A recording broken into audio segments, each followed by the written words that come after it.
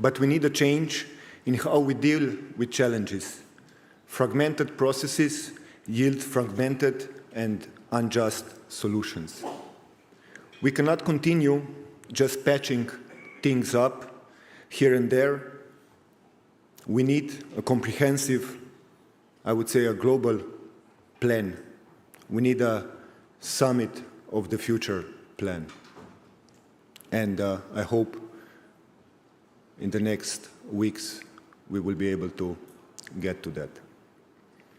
Before I give the floor to our host, Minister of Foreign and European Affairs, let me just take this opportunity and thank my team, especially my conference director, Matej Gregorec, technical and logistical director,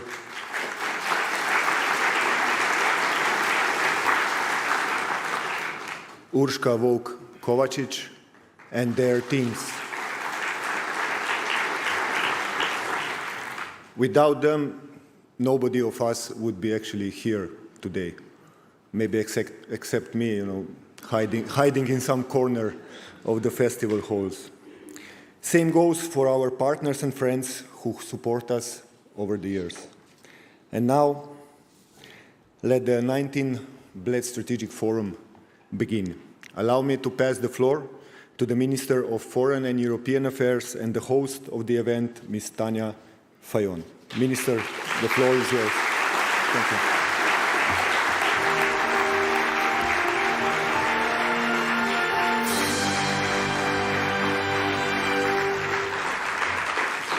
Thank you, Peter. Dear President of the Republic of Slovenia, Ms. Nataša Pirc Musar, Prime Minister of the Republic of Slovenia, Mr. Robert Golob, President of the European Commission, Ms. Ursula von der Leyen, Prime Ministers, Secretaries, General Ministers, Excellencies, ladies and gentlemen, good afternoon. Welcome to the 19th edition of the Bled Strategic Forum. This year's title, Parallel Realities, seems to be particularly appropriate, although not necessarily for a positive reason. It reflects the state of the world today. It points to a number of injustices and inequalities. It exposes dishonesty and duplicity in decision-making. It shows the consequences of broken promises, and it appeals to our conscience and our responsibility. It involves fiery speeches and proposals in air-conditioned halls and loads of bitter tears and despair in unfriendly environments around the world that we visit in the course of our political and diplomatic work. We are surrounded by an increasing number of weapons and conflicts, and the number of wars is at an all-time high. Currently 92, that is almost half the world's countries, are involved in conflicts outside their borders. The war in Ukraine has been going on for 2.5 years. In Tigray, almost 4 years. In Afghanistan, for decades, and Sudan, over a year. Not to mention all the other forgotten crises. Soon it will be a very sad anniversary of yet another outbreak of hostilities in the Middle East, which began on October 7 with a Hamas attack on Israeli civilians, and retaliation led to a humanitarian disaster in Gaza, and in the intensification of the collective punishment of Palestinians also in the West Bank. How is it possible that after having invested so much in international law, the United Nations Charter, the International Bill of Human Rights, and multilateralism as such, security threats are multiplying and the structures and pillars of global cooperation, such as international organizations and international norms, are crumbling? How do we feel when we see images of crying, wounded, and dead children, women and men?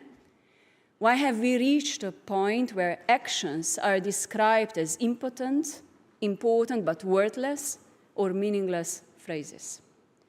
Politics and diplomacy need to prevail over particular interests that lead to such results. Ladies and gentlemen, in September, Slovenia holds the presidency of the Security Council.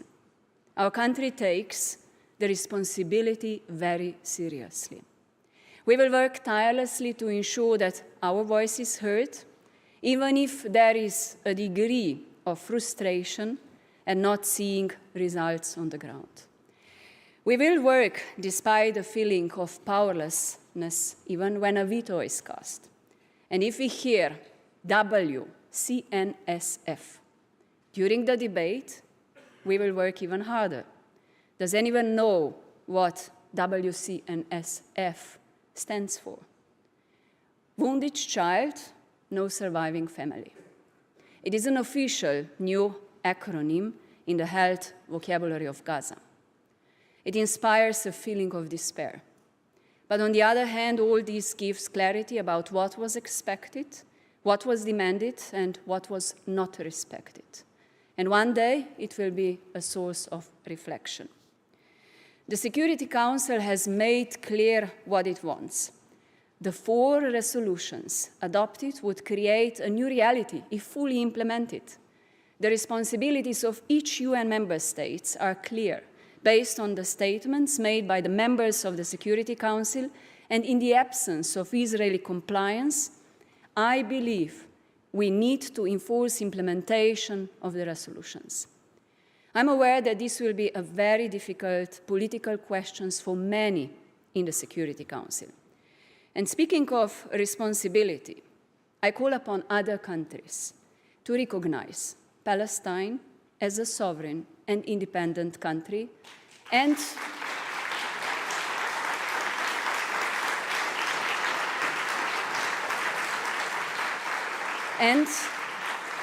to support a 2-state solution. It is a fact that the Middle East is being militarized and weaponized. The role of global and regional actors in this must be made clear. This trend cannot bring peace in the region. Actors on almost all sides are using the volatility to justify their own political survival. The same applies to the war in our immediate neighborhood, the European neighborhood. For the European Union, support for Ukraine remains unquestionable. Slovenia will continue to work for a just and a lasting peace in Ukraine, and it's clear that peace cannot be achieved without cooperation and dialogue between all parties. We hope that Russia will stop the aggression and the war and engage in negotiations in good faith on the basis of international norms and in full respect of the UN Charter. Let me also mention that last week in Brussels, I urged to strengthen the sanctions against the leaders who violate international law.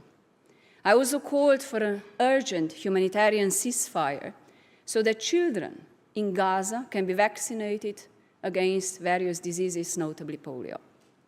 The main feature of today's wars are the constant, brutal, and targeted attacks on civilians and civilian infrastructure, which constitute a flagrant violation of international humanitarian law and must stop immediately. Slovenia is aware of the importance of rapid assistance in humanitarian crises. In our ministry, together with national and international strategic partners, we strive to provide fast and effective assistance on the ground. In recent months, with financial support for almost 1,000 internally displaced families from Gaza, medical equipment for the hospital in Bethlehem, and the rehabilitation of children from Gaza in Slovenia. In Ukraine, the complete renovation of a home for disabled children and young people with special needs continues with the construction of psychotherapy rooms. The situation in Ukraine has shown that civilian nuclear facilities can also be the subject and target of the attacks. This is a blatant violation that should not only be condemned, but also sanctioned. At an informal ministerial meeting in Brussels last week, I mentioned that we were considering organizing an event at expert level with some partners to launch this reflection. The war in Ukraine has a huge impact on the enlargement policy of the European Union. I'm afraid the people of the Western Balkans, especially youth, are losing their hopes. Last year, on this very podium, the President of the European Council, Charles Michel, expressed his strong conviction that both the European Union and the candidate countries must be ready for the enlargement by 2030. This vision must be kept alive. It is a geopolitical imperative and must become a geopolitical reality. It is, of course, up to both sides to do their homework, the candidate countries to speed up the reform process, and the EU to adapt its internal processes and policies in union in order to function as a union potentially of 37 members who will, in my deep belief, live in peace and stability. Slovenia will continue to do its best to make the EU more united and more prosperous. We share a vision of a stronger Europe that delivers social fairness and supports people. Ladies and gentlemen, dear guests, I painted a rather bleak picture of the world today, but I also pointed out that we can make a difference. Yesterday, I visited the Youth Bled Strategic Forum. I was impressed by so many young participants, critical, thinking, and inspired by their hope for a prosperous future and a better, fairer world. At the Slovenian Ministry of Foreign and European Affairs, we have just completed our first strategic foresight with 4 different world development scenarios. The most idealistic, called on the sunny side of the rainbow, includes prosperity for all. And I'm not naive in believing that this can be achieved soon, if ever at all.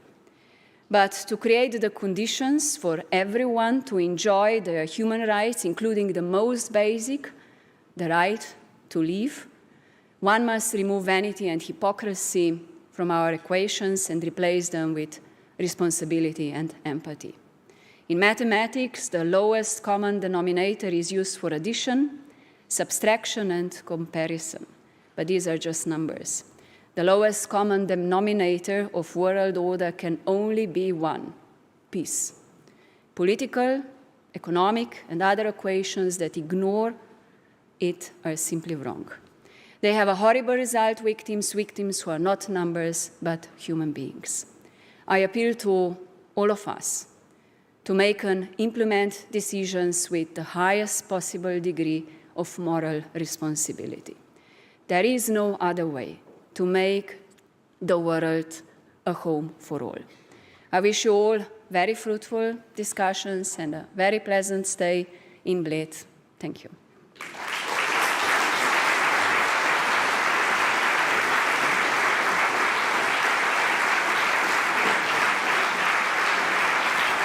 Ladies and gentlemen, the President of the Republic of Slovenia, Ms. Nataša Musar.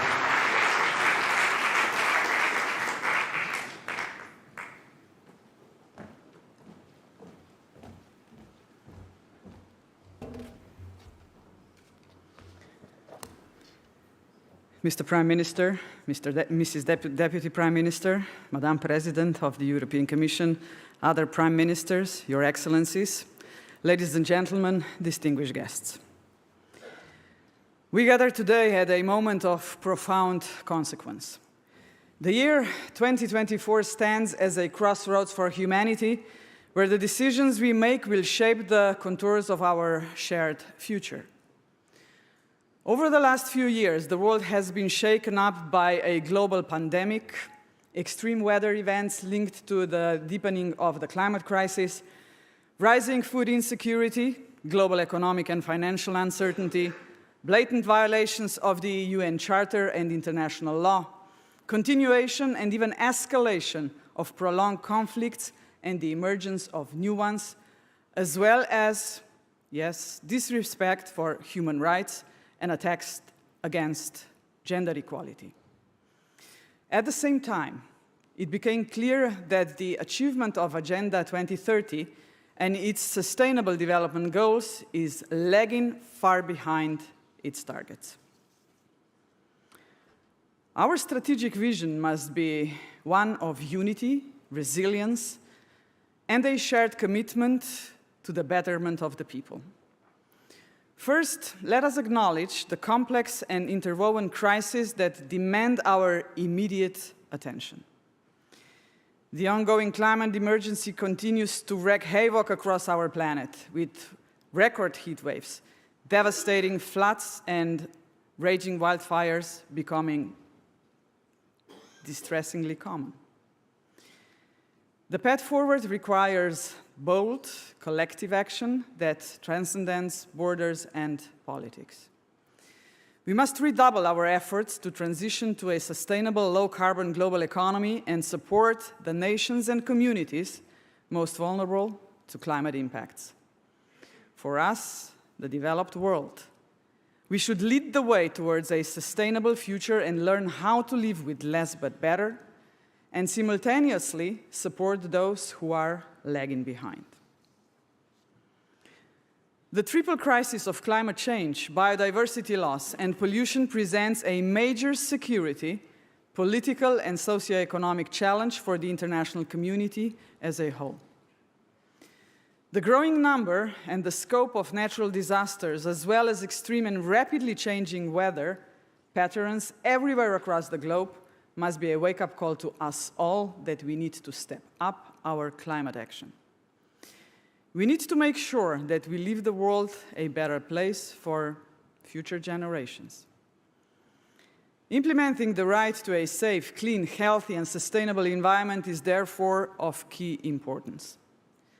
Human rights and dignity must be placed at the center of any measures to tackle the environmental crisis.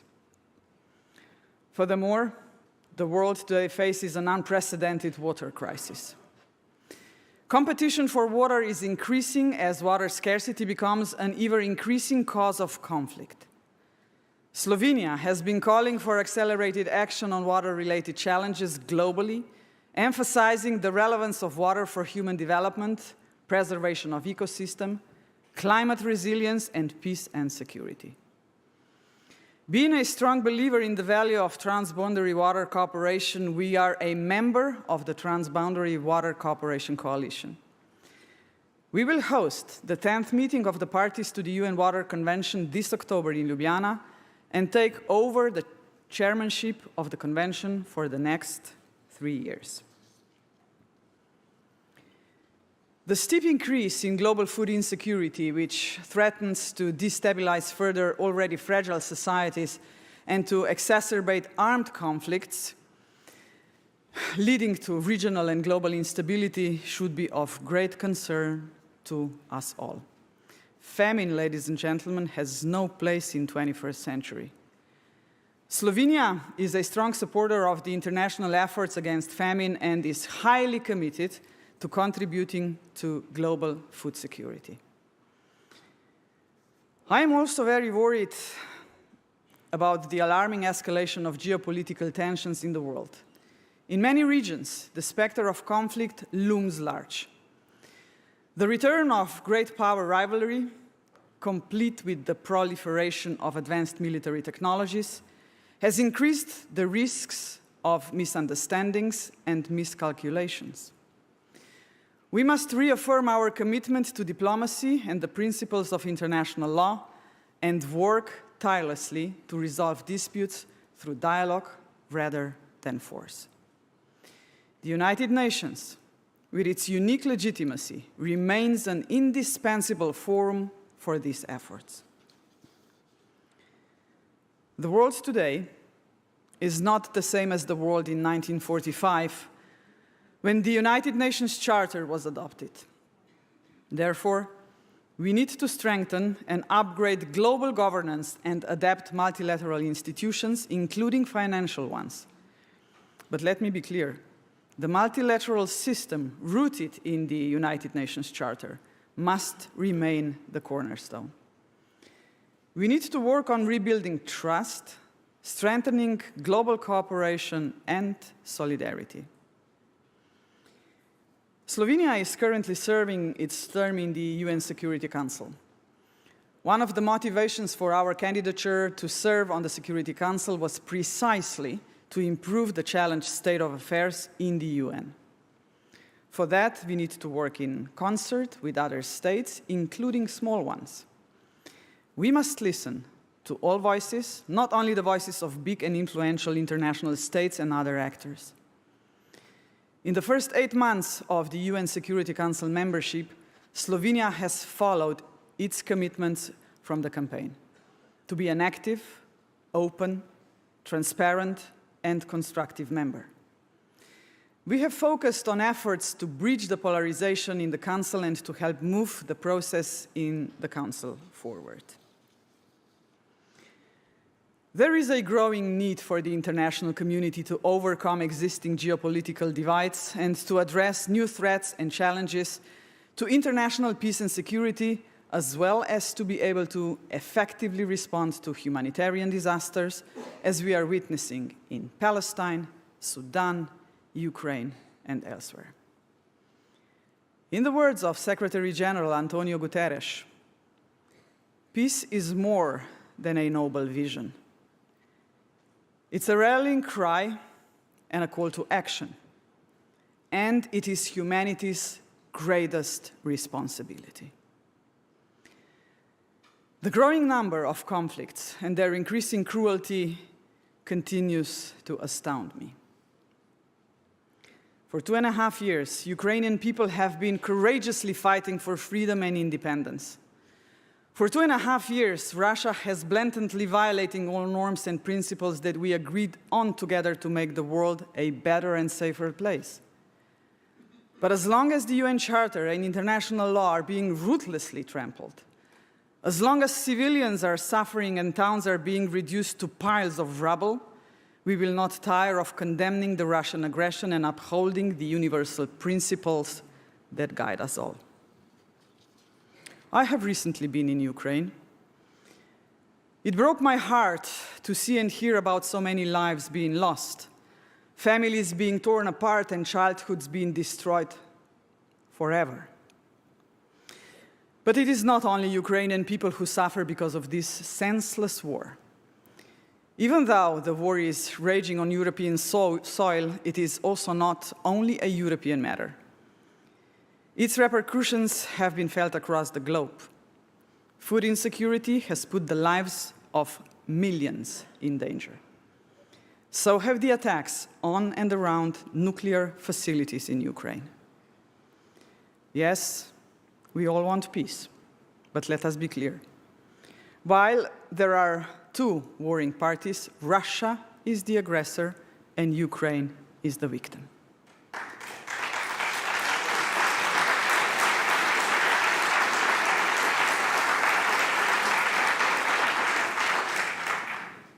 It is the right of Ukrainian people to defend their homeland, and it is our collective duty to support them and protect the world based on law rather than force. That is why Slovenia will continue to stand by Ukraine and its people for as long as it takes. Slovenia will also continue to support the efforts towards just and lasting peace. We know peace cannot be achieved without the involvement of and dialogue between both parties. However, any peace negotiations must be grounded on the UN Charter and international law. It is up to Ukraine, the victim, to decide when and under what condition this will happen. And it is up to Russia to demonstrate genuine willingness and engage in good faith. Bombing Ukrainian cities every day proves the exact opposite. As a staunch supporter of international law, I would like to underline one more point which is important for my country. There cannot be peace unless justice is served. Slovenia will spare no efforts in pursuing full accountability for the long lists of atrocities and other international crimes committed in and against Ukraine. With equal horror as in Ukraine, we observe the violations of international humanitarian law in Gaza. Israeli hostages are still held captive. Palestinian women and children are dying every day in their hundreds. This has now become the world's deadliest conflict in 2024, and the most dangerous place for civilians. A full 88% of its population is exposed to conflict. Targeting civilians is not a legitimate military strategy under any circumstances. Hostages must return to their families safe and unharmed. A ceasefire must be put into effect. Civilians must be allowed immediate and safe access to humanitarian assistance. As we work to avert a larger regional war, it is essential to address the suffering in Gaza and pursue a two-state solution, the only viable path to lasting peace. Slovenia's recognition of Palestine underscores the importance of this goal. Additionally, empowering the Palestinian Authority with the necessary reforms and resources is crucial for governance and stability. However, we cannot view global security solely through the lens of state-to-state relations. The rise of non-state actors, cyber threats, applications of artificial intelligence for military purposes, and the weaponization of misinformation and disinformation have added layers of complexity to global peace and stability. In this digital age, the integrity of our information space is as crucial as the security of our borders. We must forge new international norms and agreements to safeguard cyberspace, while also fostering greater cooperation in the fight against terrorism and organized crime. The economic landscape is equally fraught with challenges. The global economy is navigating turbulent waters, with inequality widening both within and between nations. The COVID-19 pandemic, while no longer in its acute phase, has left a lasting legacy of disruption. Millions of people remain unemployed, and many more face precarious futures. We must rebuild our economies in ways that are inclusive and sustainable, ensuring that the benefits of growth are shared by all. This requires not only sound economic policies, but also a renewed commitment to social justice and human rights. The future is not fixed. Although it drives uncertainty in the short term, it also allows room for hope. Alongside global risks and the era-defining changes underway lie unique opportunities to rebuild trust, optimism, and resilience in our institutions and societies. This is why I highly value occasions such as the Bled Strategic Forum, since they enable us not just to talk to each other, but to listen to each other and exchange ideas on how to tackle the global challenges I mentioned before. The challenges we face, whether they are environmental, geopolitical, economic, or technological, are global in nature, and they require global solutions.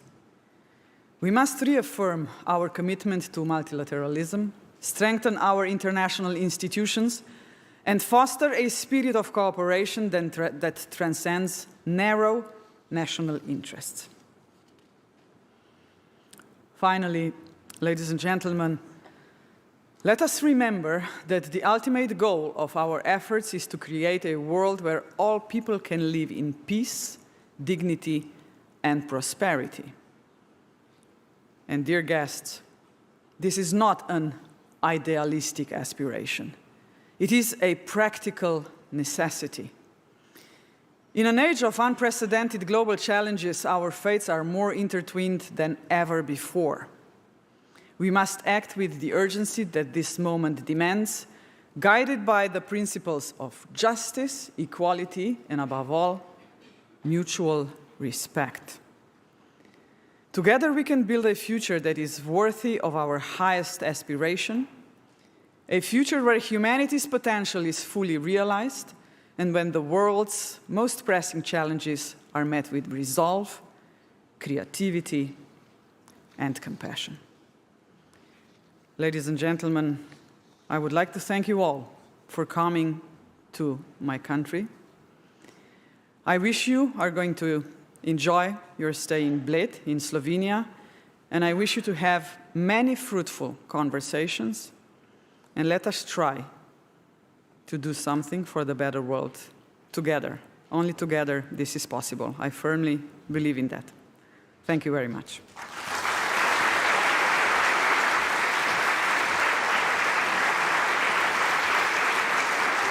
Ladies and gentlemen, the moderator of the panel, Mr. Ali Aslan. Hello, everyone. Wonderful to be back here at the Bled Strategic Forum. My name is Ali Aslan. I'm an international presenter and journalist, and I've had the pleasure and privilege to grace this stage so many times in the years before. And I'm looking in the audience, I'm seeing many, many familiar faces. Former President Pahor, always great to see you. I'm seeing former Turkish Foreign Minister Mevlut Çavuşoğlu. I saw him here. Great to have you with us. But I'm also seeing some first-timers. Yulia Navalnaya, wonderful to have you with us, of course.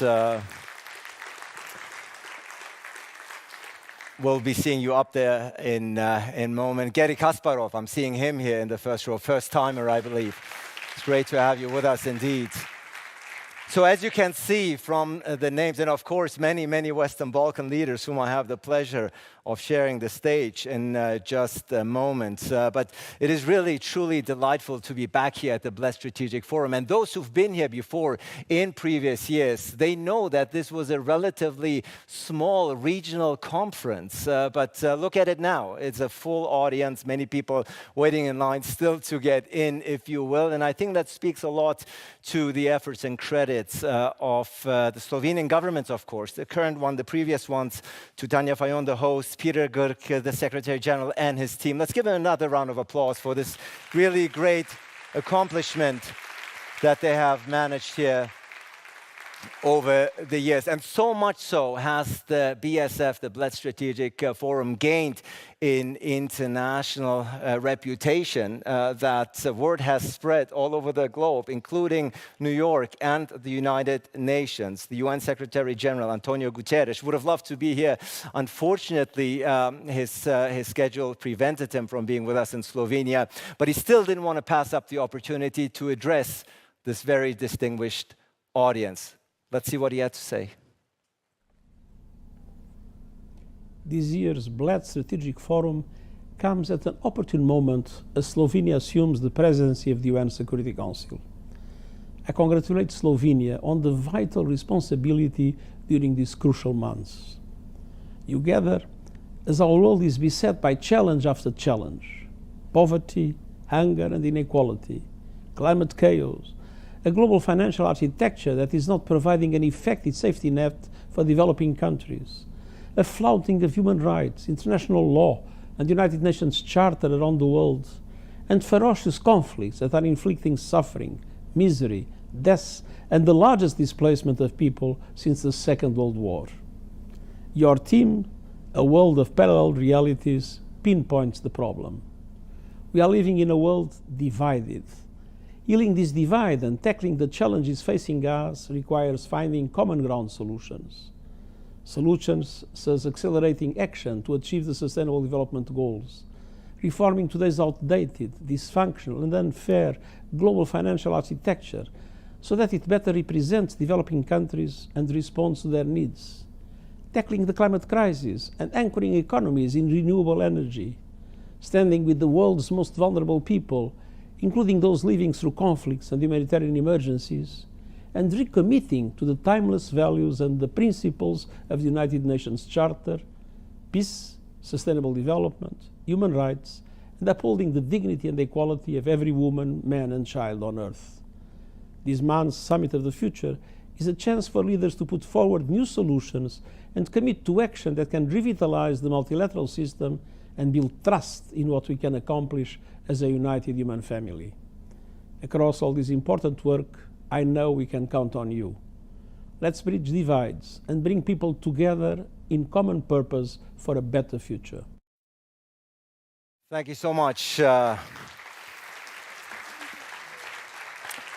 to the UN Secretary General, who I'm sure is very excited about Slovenia taking over the presidency of the Security Council very soon. But now I have the great pleasure of inviting a female leader here up on stage who has shaped European politics for the past 4 years and will do so for the next 4 years. She's already been here 5 years, I'm sorry. So she's giving me the sign here. There you have it. I was thinking of US cycles. It doesn't work the same.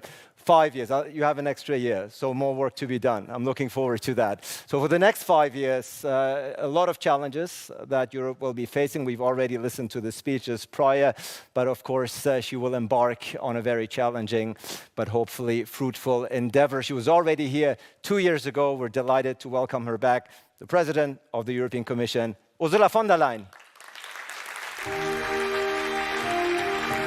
Herzlich willkommen. Schön, Sie wiederzusehen.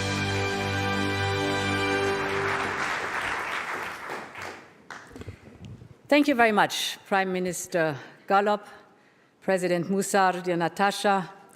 Prime Minister Gallop, dear Robert, I thank you very much for taking me to Črna this morning.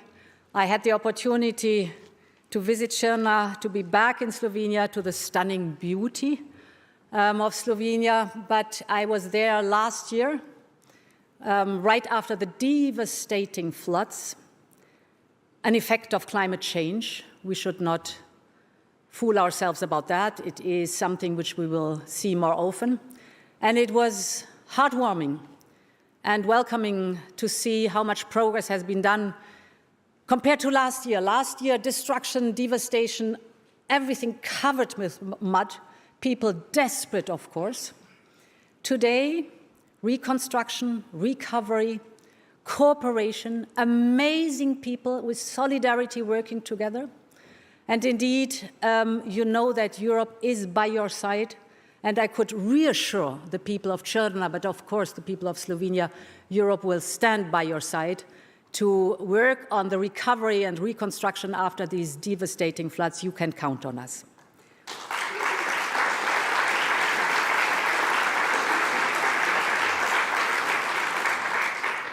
I'm very pleased to see here Prime Minister Plenković, my dear Andrej. Yes, please, please. All the Croatians in the room. Prime Minister Rama, dear Eddie, needs an applause. Prime Minister Vučević, we have not met personally so far, but we will soon have a bilateral. Excellencies, ladies and gentlemen, your applause first of all. This forum has become a tradition. And it is also a testament to Slovenia's global leadership. The same leadership that we all see in action this year through your work in the UN Security Council and the words of the Secretary General Guterres speak for themselves. You have been an honest broker in turbulent times. So congratulations to you, dear Robert, and to your Foreign Minister, Madam Fajon. You have made Slovenia stand out on the global stage. Congratulations to that.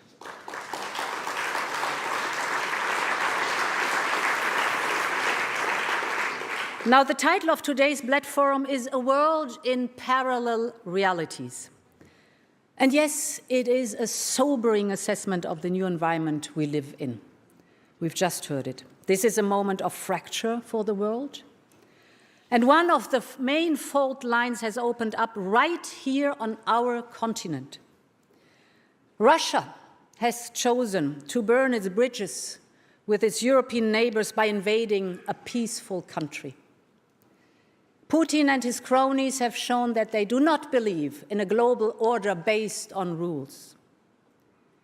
They believe they can do anything they please within their so-called sphere of influence.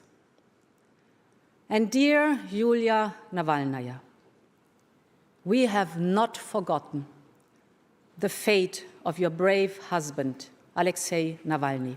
They fought him.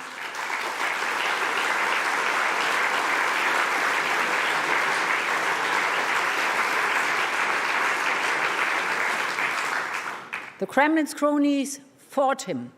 They imprisoned him. And ultimately, they killed him. But they cannot kill Alexei Navalny's dream of a free Russia, because it lives on in you, dear Julia, and in so many others.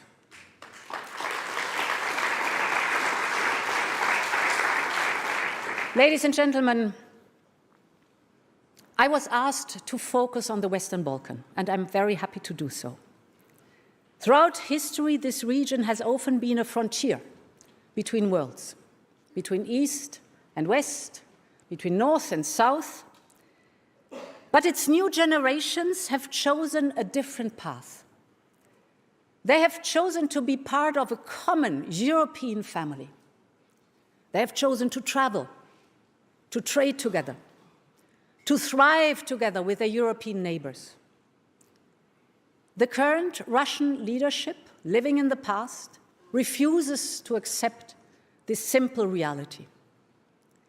Whenever there's progress towards reconciliation and regional integration in the Western Balkans, the Kremlin tries to stir up old conflicts. Russia is constantly at work to sow division inside the Western Balkans and between the Western Balkans and the rest of Europe. But, ladies and gentlemen, the vast majority of people in the Western Balkans do not want fragmentation. They want integration, and that's what we must deliver for them. During the first mandate of the European Commission, enlargement has returned to the top of our political agenda. And let's be very clear. Russia's full-fledged war in Ukraine is for Europe a turning point like 1989. We live in a different world, and we are forced to rethink our policies and objectives. If making Europe economically competitive and capable of defending itself, if this is our fundamental objective, then I see the Western Balkans' integration in the European Union as critically important. In the age of geostrategic rivalries, a larger European Union gives us a stronger voice in the world. A bigger single market increases our competitiveness and our leverage as a trading partner. It gives us the tools to respond to blackmail and unfair competition. It gives us a greater common purchasing power. Enlargement is an investment in our collective strength and security. In other words, we want a strong, competitive, and secure Europe.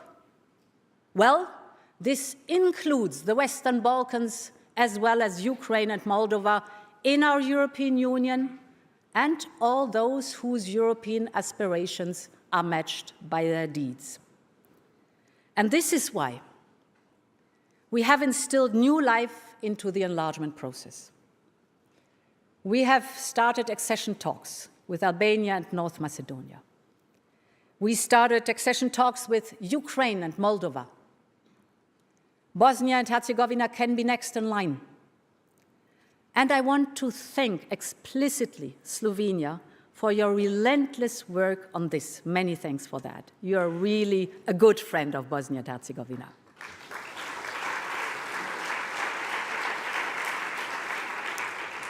And it was this strategic reasoning that urged us to rethink our enlargement strategies and to come with the idea of a gradual integration. Exactly 1 year ago, we launched the new growth plan for the Western Balkans.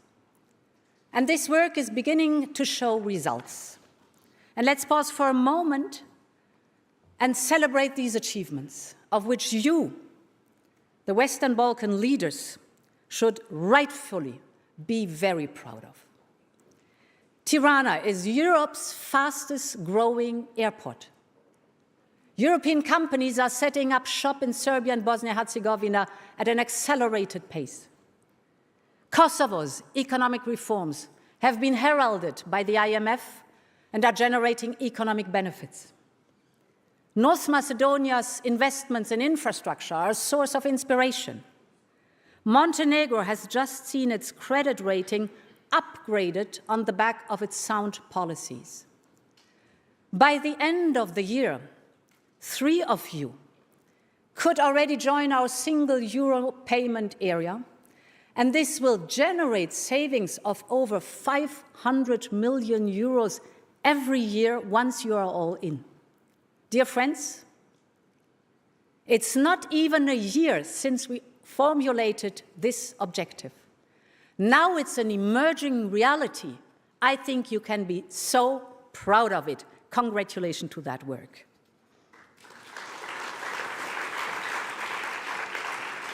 And later this month, our 6 partners will adopt their brand new reform agendas.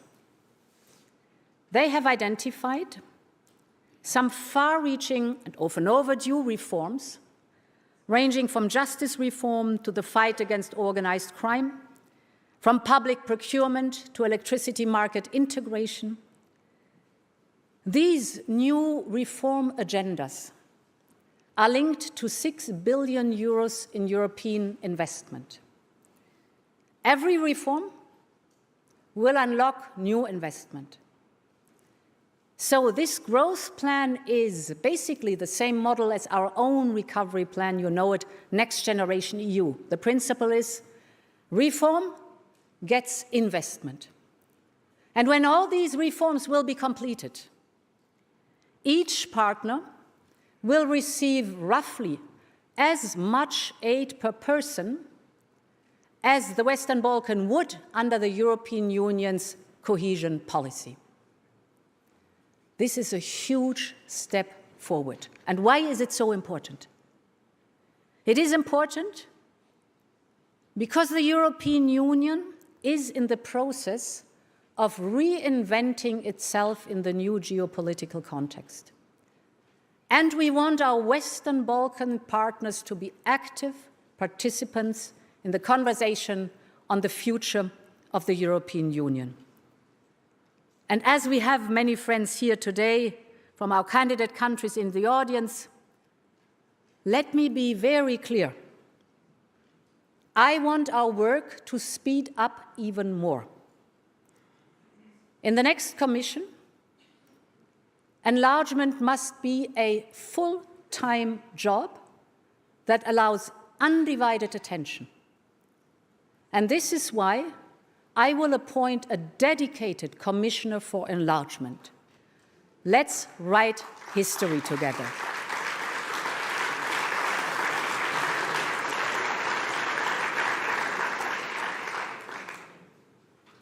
Our political will to integrate the countries in the region as soon as possible comes along with our firm determination that the European Union is a community of democracies.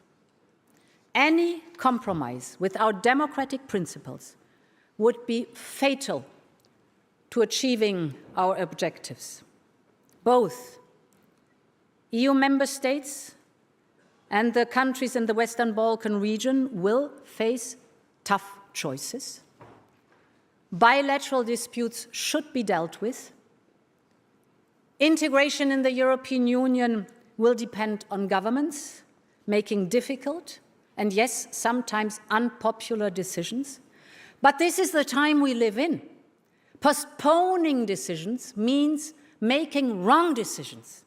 But taking decisions, moving forward, means taking the lead, shaping our future, being the masters of our own destiny. And this is the essence of Europe. This is the spirit we must have to navigate the challenges of a fracturing world. Thank you very much for your attention, and long live Europe.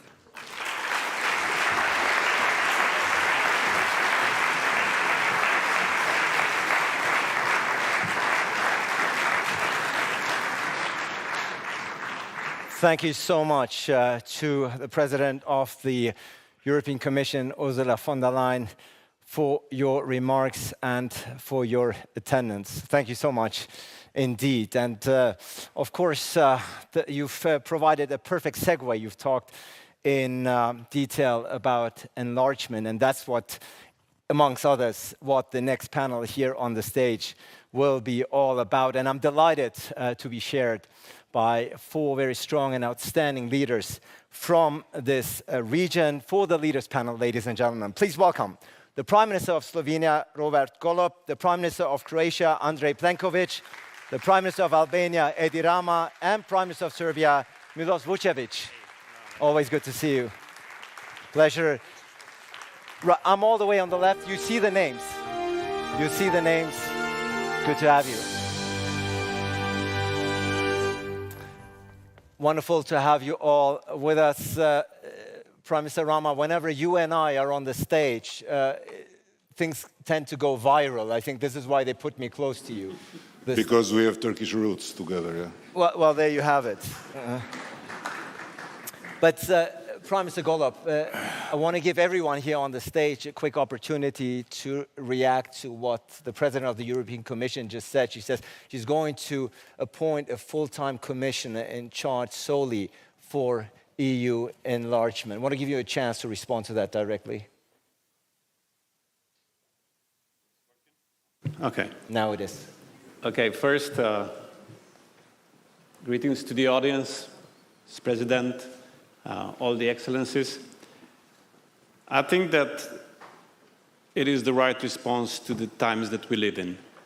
Speaking about difficult times, sometimes we overlook those perhaps a little bit smaller, but more complex problems very close by. And I think that in the last couple of years, and I would like also to thank Andrej for working together at the European Council to really put forward the notion that the Western Balkans shall not be overlooked. On the other hand, that they need to be brought closer. I think a full-fledged commissioner really focusing on this particular area is the right approach, but not just that. It is so important what President of the Commission was also mentioning, and that is the growth plan, with its own funds, finances, which are at the disposal of how to award those undertaking the reforms. Something which Eddie was in the past, I guess, rather frustrated about because it was all in process, saying either you get everything once you get there, but you may not be getting there like for another 20 years. And now this approach has been changed. And I think these two changes, full focus on one hand, but on the other hand, having some concrete mechanism backed with money, I think that could do miracles for the future. Thank you so much, Prime Minister, for your first initial reaction to what we just heard. Prime Minister Plenković, you are, of course, your country, Croatia, was the very last one to join the European Union in 2013. So you can say you've already done your homework. You have been in the club for many years, but still, what do you make of the President's remarks about a full-time EU commissioner on enlargement, devoted to EU enlargement? I think it's logical. It's also lessons learned from her first 5 years, and I'm very happy that we all supported her in her new mandate for another 5 years. This is the time when the enlargement portfolio will require some deliverables, because the last real deliverable was when Croatia joined, and that was already more than 11 years ago. I think we managed over the past few years to somehow move the Western Balkans topic up to the agenda, because it was lost for a while somewhere between the chairs. However, we should know that the biggest promoter of enlargement in the last couple of years was Putin. Had he not invaded Ukraine, we would have never shifted Ukraine, Moldova and Georgia into the same basket as the Southeast European and Western Balkan countries. So therefore, this is one of the topics that will be high on the agenda, but requires a lot of work by all the member states who are in the pipeline, and will be ready to support them, of course, linked to the fulfillment of many, many criteria which are there. Yeah, thank you so much, Prime Minister Plenković. Prime Minister Rama, your country, of course, the EU has opened accession negotiations with your country, with Albania, in March 2020. No, the US didn't yet. The EU. Did I say US? You see, today I'm completely on the US mode. I don't know what it is. I think I watched too much Trump tweets this morning. Because you work for them. Yeah, well, not quite. I used to work for CNN and ABC News. Once you work for them, you always work for them. Is that what it is? No? Well, I have to check my... Well, the payment did not come last month, so I will check that. But in all seriousness... Be careful, because if the payment don't come, something bad come. Is that what it is? Well, I'm here in good company. There's a lot of security. I think I'm good for now, at least for They this time. control security here. Yeah. Yeah, it's an independent country, but still, you know. Yeah. Prime Minister, let's get back on track if we can for just a second and talk about EU enlargement. Obviously, first of all, I told you here, I told you again a few days ago in Prague. Yes. When you invite people from the Balkans, stop putting these chronometers in front because it's too German and I don't like it. Yes. So what you the want? Slovenians put it up, not the Germans. But they are already too German, but you are Ali Aslan, and too German is not good. So that's what the AfD says. But anyway, it's... that's why Americans recruited you easily. Well, there you have it. I like how my reputation is now going to be fully destroyed thanks to you. If I may. No, they'll fear you now, and they'll invite you more. Prime Minister, second attempt to get back on track here. Let's... we're going to have a full-time... We're going to have a full-time... Don't tease me. We're going to have a full-time EU commissioner now in charge of EU enlargement, something that you've been vying for many, many years. That's good news. I was very encouraged because finally I heard someone else, and in this case, someone speaking on behalf of a member state that said what I'm saying since day one of this openness towards the Balkans, that this is the diligent work of Vladimir Putin. So it was Vladimir Putin that had to aggress a country to help the European Union to understand that it's living in a parallel world, because this is the name of the forum, right? So now these parallel worlds are getting closer, and what Ursula already said is absolutely true, and it's also very encouraging, because it was a year ago here in Bled that she promised this new growth plan, and now the new growth plan is on track, and we are hopeful that more will happen, and that in the meantime that we have to do all the neurotic work to be considered ready to enter the European Union, to get more tools and to enter in different areas of the European Union, which before this new growth plan were completely not allowed for us. So it's a moment that I think being positive about Europe and the European Union is not working for the Americans. It's true. Yeah. Well, there you have it. But in all earnestly, of course, Albania's ambition to join the EU obviously unwavering in this regard, and echoing what Prime Minister Plenković said, if it hadn't been for Russia's attack against Ukraine, probably this new momentum that we're seeing would not have been as evident as is currently being displayed. Prime Minister Vučević, welcome to the Bled Strategic Forum, a first-timer, I believe, here at the BSF. Last year, actually, I sat here on this very stage with your predecessor, with Ana Barnavić, who said Serbia has no plan B regarding the EU. Is that still the case? Yes, indeed. It's something what is geostrategical definition and main political goal for Serbia in last 20 years.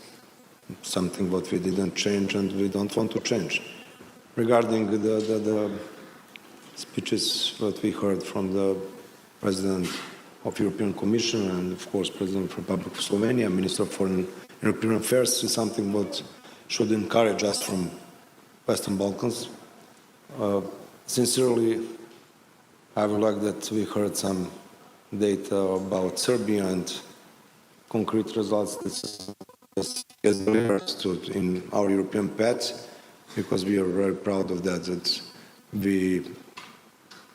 we had huge and serious and deep reform in affair of justification of justice and, of course, reform of electoral issues, media issues, many issues that are very important in overall our reform process. But Serbia remains on European path. If I may, to add something, and it's related with this title, Parallel Realities. The big question in front of us from Western Balkans is our expectations regarding enlargement, something parallel reality in terms of expectation from Brussels.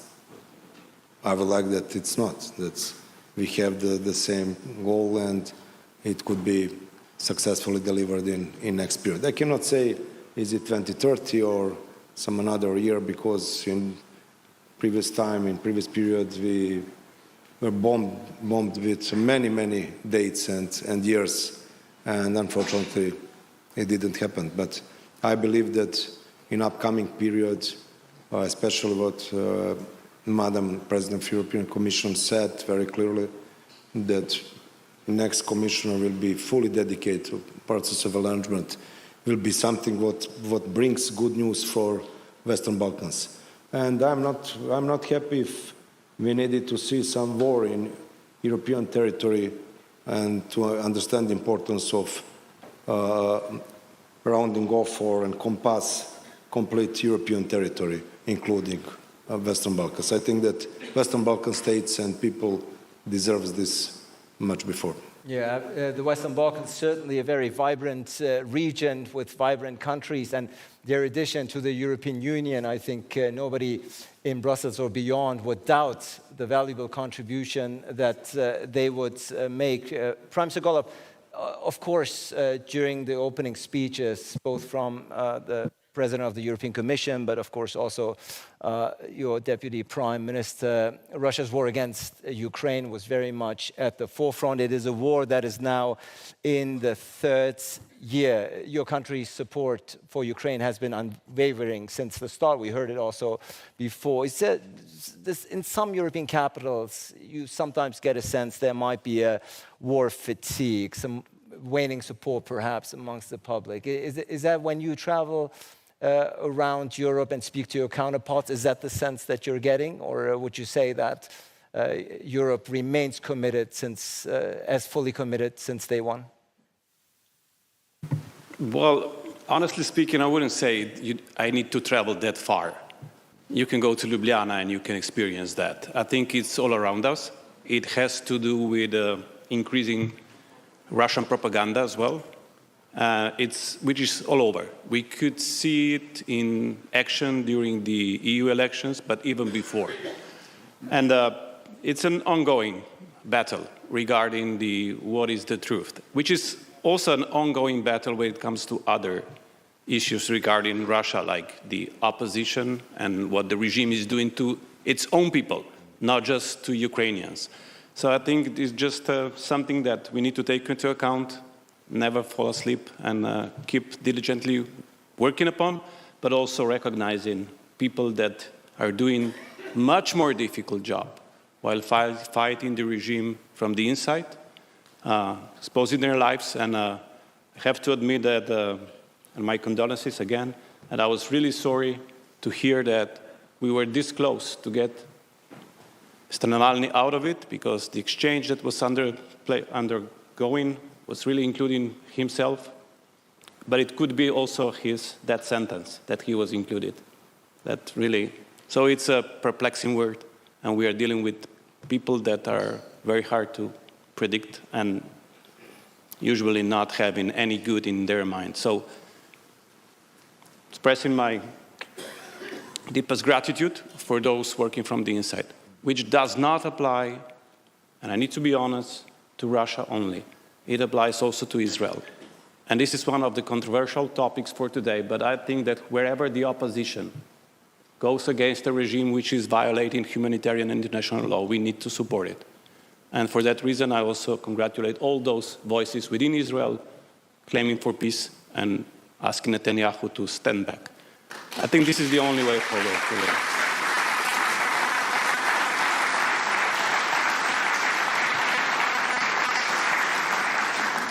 I will, of course, revert to you in just a moment and talk about that very issue about Gaza and your country's decision to recognize Palestine as an independent and sovereign state. Let's stay for a moment still on the Russia-Ukraine front. And I want to bring in Prime Minister Vučević here. It's no secret, of course, that your country, that Belgrade maintains, traditionally and historically has maintained close relationships with Moscow. That has not changed since the February 24th, 2022. Sometimes there's a segment that Serbia is involved in a bit of a balancing act. On one hand, as you pointed out here today as well, like your predecessor last year, there's no plan B to Serbia's plans vis-à-vis Europe, but at the same time, it is not willing to shed its close ties to both Russia and China for that matter. But let's stay with China here for a second. Do you find it problematic, this balancing act between trying to become an EU member at the same time maintaining close relationship with Russia? You know, Serbia doesn't hide anything. You know, we are a sovereign, independent country with main international goal to become full member state of EU. Till that, we have full right to protect our national and state interests in a way that we consider is the best. So we don't do anything behind the scene. You know, we have a little bit different opinion about sanctions and generally how it helps to see the end of war, because we as a Serbia were imposed with sanctions during the 90s. We suffered a lot, and we don't believe in that politics. I don't want to sound as someone who is a total and pessimist, but I don't see the full results of sanctions. But okay, we will see. I believe that all of us have to strive to see the peaceful solution and finally end of war in Ukraine. But nevertheless, I want to very strong emphasize the fact that Serbia fully recognizes territorial integrity and sovereignty of Ukraine. And we have voted for all resolutions in United Nations regarding that topic. Ukraine is our very close friend. They are also Slavic brothers as the Russians for us, so we don't have any problem to say that very clearly. Ukraine doesn't recognize so-called independence of Kosovo, so we have fully respect to Ukraine as we have to Russia. Regarding China, you know, President Xi visited Belgrade in 8th of May, but the day before he visited Paris. He met with President Macron and Madame Ursula von der Leyen. Then he went from Belgrade to Budapest and met with Prime Minister of Hungary. You know, we want to see what we can get the best for our economy and for our people, but I will underline once again, emphasize our main international goal is to become full member state of European Union. That's something what we don't change, and we don't say that because it's good to say that, you know, it's just matter of formality. And let's repeat and repeat. It's for us good. No, we really believe that there is no complete process or project of Europe without Western Balkans. I don't understand why we call that Western Balkans. I think that Andrea is a little bit older than me. It was just Balkan, but rather I will use term of title of European Balkans. But okay, Western Balkans. Without Western Balkans, European Union cannot round off all main issues, economical, security, culture, all. It's you know, empty hole, which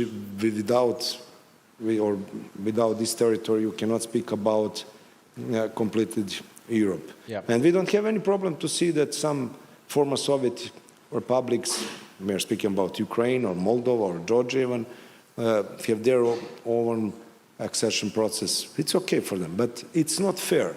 It's not fair for Western Balkan states that we are somewhere in corner, because as you said, all of you said, we have new geopolitical momentum, war in Ukraine.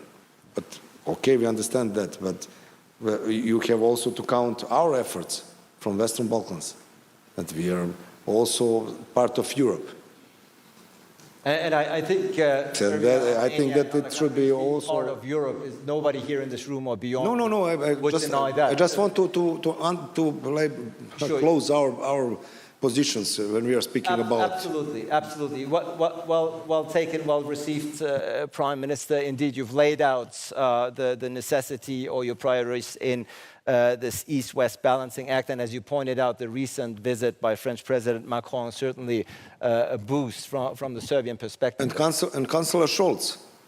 And nobody mentioned that Serbia signed one of the most important agreements with the EU in terms of critical materials. And it's not an easy decision for us. Not for political establishment, but entire social environment. And we decided to let's say, to deliver and to develop this project with EU, not with other foreign partners. Prime Minister, don't forget. Again, just to round up the Russia-Ukraine, if you will, angle here. Your country, like Slovenia, like so many other countries on this continent, has been... You mean we like Slovenia or we are like Slovenia? Like Slovenia and other countries. I'm sure you like it, otherwise you wouldn't be here each year. Yes, of course. Clearly you appreciate Slovenia and the BSF. But more importantly, like Slovenia and other European countries, you too have been unambiguous in your support for Ukraine. You signed close treaties and partnerships with Zelensky, President Zelensky himself. You, of course, your country has a certain history with communism, Soviet Union. I think does your support for Ukraine stem from your history as well here? No, from our history, we learned that in Russia the music never changed. And it's also on the Russian story of the anthem, which we had the chance to talk, because when Stalin needed the text for the anthem, he needed something very strong and brutal. And then when Khrushchev came and he thought that certain things had to change and Stalin had to be somehow put aside, he asked the same writer of the anthem to write a different text. And then when Yeltsin came, was not anymore Soviet Union, and the same writer who was very old came to write a different text. And then Putin wanted a very different text, but the music always the same. So, and we learned in the hard way, because we were not like all these guys. We were completely isolated from both the West and the East. We were like North Korea of Europe, and being unambiguous, it's how we are. We were unambiguous about Ottoman Empire even after the Turks themselves decided that it was not anymore a good idea. We were unambiguous about Stalin even after the Russians decided it was not anymore a good idea. So we'll be unambiguous about the EU and US partnership even when Americans and Europeans may decide it's not anymore a good idea.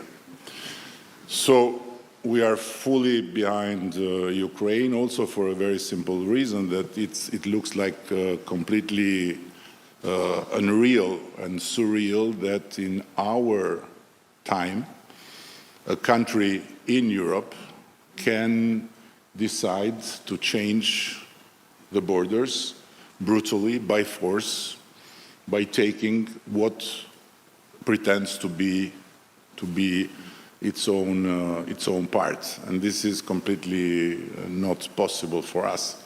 But we are very much aware that we are very small to change the destiny of any battle. And we tried hard for 50 years to be the center of the world. It was not a good idea. So we are now very proudly aligned with our friends and our partners, fully behind the United States, like you, and the European Union. So for us, it's all very clear. There is no shadow in the middle. It's very black and white. Yes.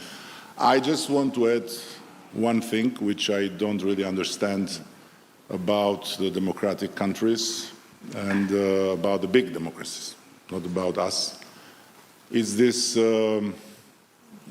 thing that we repeat and repeat and repeat, that Russian interference, Russian interference, Russian interference, Russian here, Russian there.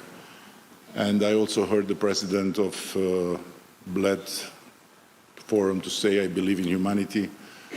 But when you see how the Russians are getting everywhere, through the tools that we are letting there for free, destroying every day our children, destroying every day the sense of community, the sense of communication, the sense of democracy itself, and I'm talking about the social media, I don't understand anymore what needs to happen to realize that social media, in this way, like we are treating and like we are dealing with that, is the biggest asset Russians, Iranians, whomever else you want have.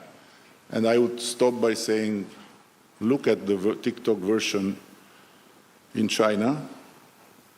It's a beautiful reality there. It's a country you'd like to leave immediately. Look at the TikTok Chinese version for us. It's the ultimate hell. And we call it freedom. We call it I don't know what. But as long as we will not realize that freedom of speech cannot be equal to freedom of speech, we are sabotaging, and I use a word that the Russians like, sabotaging our own future in the name of something that it escapes me. And I don't think our parents were stupid, and generations of parents were stupid to ask us to behave with education, to think twice before we speak, to not show in public all the depth of our guts and so on and so further. And I don't think that the press was less free when there was fact-checking, when there was no way to get out and to offend and to abuse and to do all the most horrible thing to another human because you have a different opinion from him or her. So in this, I think that we are missing the point that the Russians and all the other forces that do not like our way of life are being given a free ride through our fantastic space of freedom of speech. Well, we'll certainly be hearing more about the subject matter later on in a one-on-one conversation with Garry Kasparov here on stage, which I'm very much looking forward to. I think a point that we will take into the discussion with him. But Prime Minister Plenković, please jump in. I know you wanted to also remark, Croatia has been standing by Ukraine as well from the get-go. Do you see any changes within the Croatian public as far as the steadfast support is concerned? Well, first of all, I think that we should all give credit to the introductory remarks by President and Deputy Prime Minister and also Prime Minister of Slovenia for a little bit explaining the global context, how difficult the 2024 is, the year of the global elections and the year where we need to set course for the rest of this decade, whether it's the enlargement process, whether it's the security stability of the continent, Russia's aggression against Ukraine, or the situation in the Middle East, which can escalate. This is also something that we need to know. 3 points. One on the fatigue regarding issue of Ukraine. I think it's a false and imposed narrative which can only work in favor of Russia. There's no doubt about it. When you look at the facts and decisions, you look at the rollovers of the packages of sanctions, which are not there because we had nothing else to do. They're there because Russia violated international law and aggressed another country, which is Ukraine.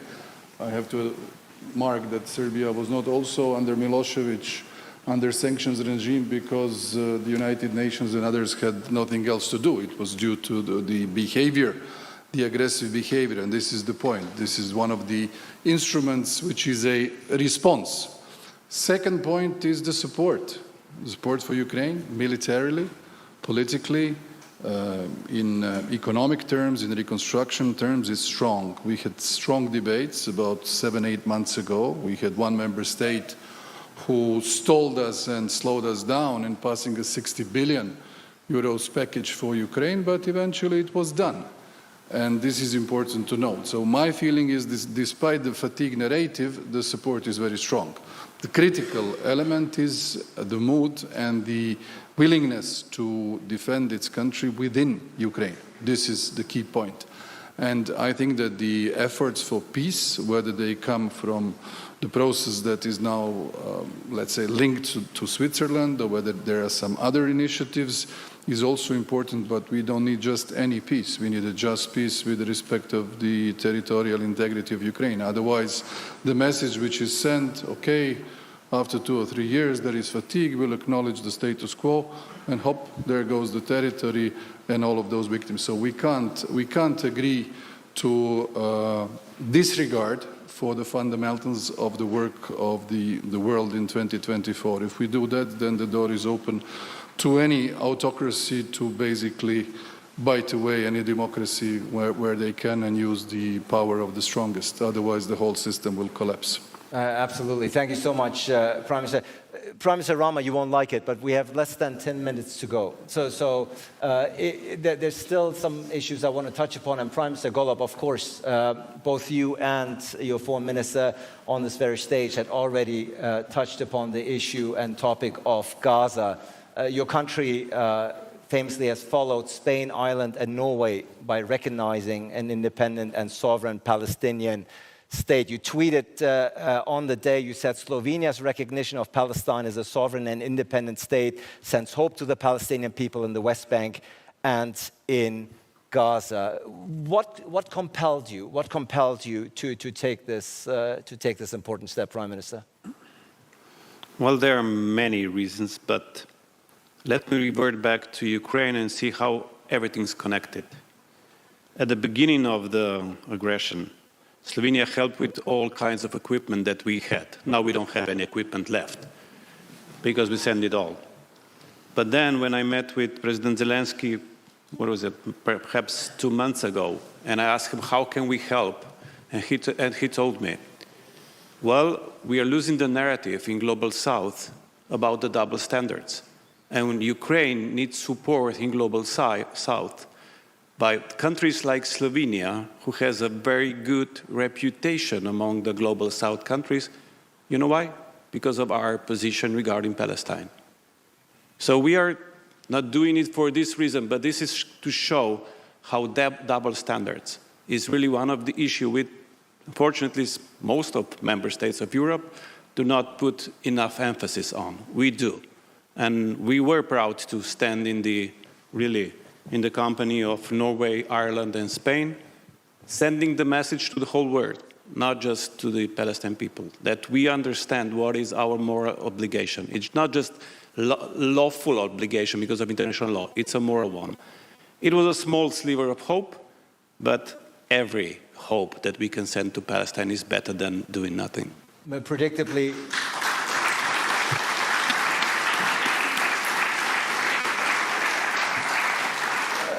we're going to have sessions here on the Middle East later on as well, which I'm looking forward to. But predictably, of course, the reaction from Israel wasn't positive. Israeli Foreign Minister Israel Katz tweeted, the Slovenian government's decision to recognize a Palestinian state rewards Hamas and its attack on October 7. What's your reaction to that? Well, the fact is that it all started, in a way, on October 7th. But the response was totally disproportional.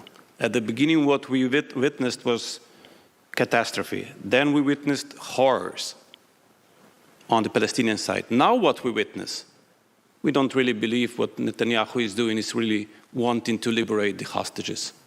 The latest developments show that it's all about him staying in power and has nothing to do with the hostage release. And that's really something that he will have to really, a certain day, he will have to explain to his own people. That's going to be really a bad day for him.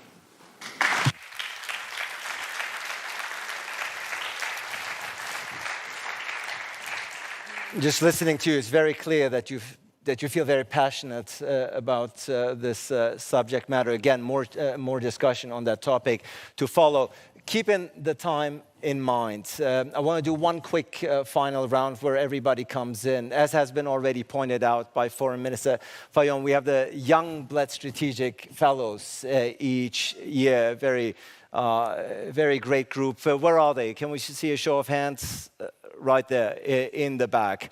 And they are listening to us. They're listening to you. They're listening to the speeches. They listen to us talk about Ukraine, about Gaza, all the things that Secretary General Peter Gürk has said, what is ailing our soul and our planet. I want to start all the way at the right with Prime Minister Vučević, and then we're coming down here. What is your message? What is your message to the young people who are hoping that you, that prime ministers, that the leaders are working for a better future, not just for yourself, but not for the current generation, but for the next one? What message of hope and optimism do you have for them? You know what, I would like... Can you speak into the mic? Yes, sorry. You know what, I would like that we have more speak about our mutual future, not to speak about some faraway countries and mostly to be stuck in past. Now I should, I don't know, give answer to Mr. Plenković, what he said about the 90s. He said that we are losing time because we will never be on the same position regarding what we survived during the 90s. And I will just repeat that I don't believe in politics of sanctions because mostly sanctions hit common people, not regimes. And I can witness about this because Serbia has been or was exposed in sanctions during the 90s. And if we always repeat what happened in the past and who is more guilty, who is not, we will not reach the main goal, what we nominated as a main topic for this conversation. I will be able to say, or free to say, the main topic also through speech of Madam von der Leyen, how we should encompass European territory, so to gather all European countries. And obviously we need the energy of new generation, the youngsters and people who are maybe not so under pressure from the past, and maybe they're more relaxed to speak about future. It could bring some positive vibes. And I will just say once again, without Western Balkans, you cannot speak about European project as completed. Just look on chapter from Paris, 1990s. Just look on chapter or declaration from Porto Caras in Greece, 2003. You will say, that's the main European goal of European Union. And I understand that it's main goal of Western Balkans country as well. So young generations are necessary. We have to understand necessity of their more engagement because they are relaxed from the past, and I think they're bringing something positive. Yeah, thank you so much. Prime Minister Plenković, also your message to the young leaders who are looking for a message of hope, especially at a time, the Prime Minister Vučević spoke about also Europe's obligation and Europe's role here in a time when some call it BRICS, some call it Global South, is certainly challenging the political and economic power of wealthier nations of North America and Western Europe. What can we as Europeans do to work on a better and brighter future here? Well, I think we should show leadership in the current context of the global challenges, which are multiple. First of all, regarding the climate change issue, which is the biggest challenge for all of us. In some, I would say, parts of the world, we are more aware, in others less. Those who are catching up in terms of the industrial development are a bit reckless about the consequences, but I think that Europe and the European polities are more than aware, and I think this issue is the #1 issue. We see the global warming, we look at our summers, we look at drought, we look at fires, we look at all the natural catastrophes, and we will perhaps remember this extremely warm summer as one of the coldest summers after a couple of years. So that is one thing. Second is, I think Europe should be the biggest proponent of international law. It should be our biggest strength. We are, of course, working in strengthening our economies, in strengthening our energy security, strengthening our defense, strengthening our interior affairs cooperation. But if the international law fails, we are all unsecure. And this is basically the main issue of the global governance, and that's why this Summit of the Future that we shall be attending in New York is extremely important. And also in that respect comes the enlargement. I think that there is a clear commitment. Last year here we were talking about the 2030, you remember the debate. I don't think anybody will promise a date to the countries of the region, because everybody who promised something made a mistake. The ones that promised and the ones that hoped. So without the great pretending, I think it's better to work hard based on the individual merits and use the conducive environment which we have now, and then simply come to a result. And the young generation can really help. We should not perhaps be focused on the past, but we should not forget the past. And Serbia and sanctions is an example of the regime change, actually. It was something that happened and we all know it. Actually, Koštunica was a superstar of the first Western Balkan summit that was in Zagreb in November 24. I don't think he came there solely because of the wish of the people, but of a wider international community's effort. So strong support to Ukraine. Two-state solution is our position in terms of Israel and Palestine.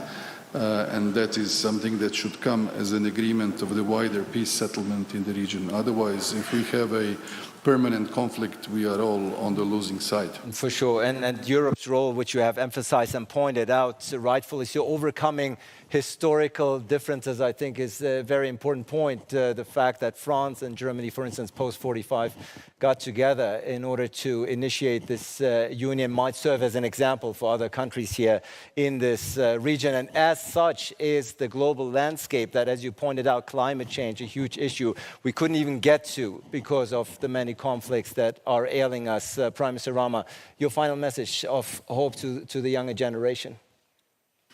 Your time says 0000, and now you want me to give a message to the young generation. 2 minutes, yes.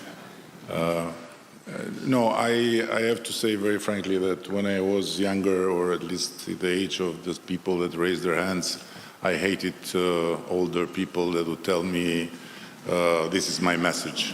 I would...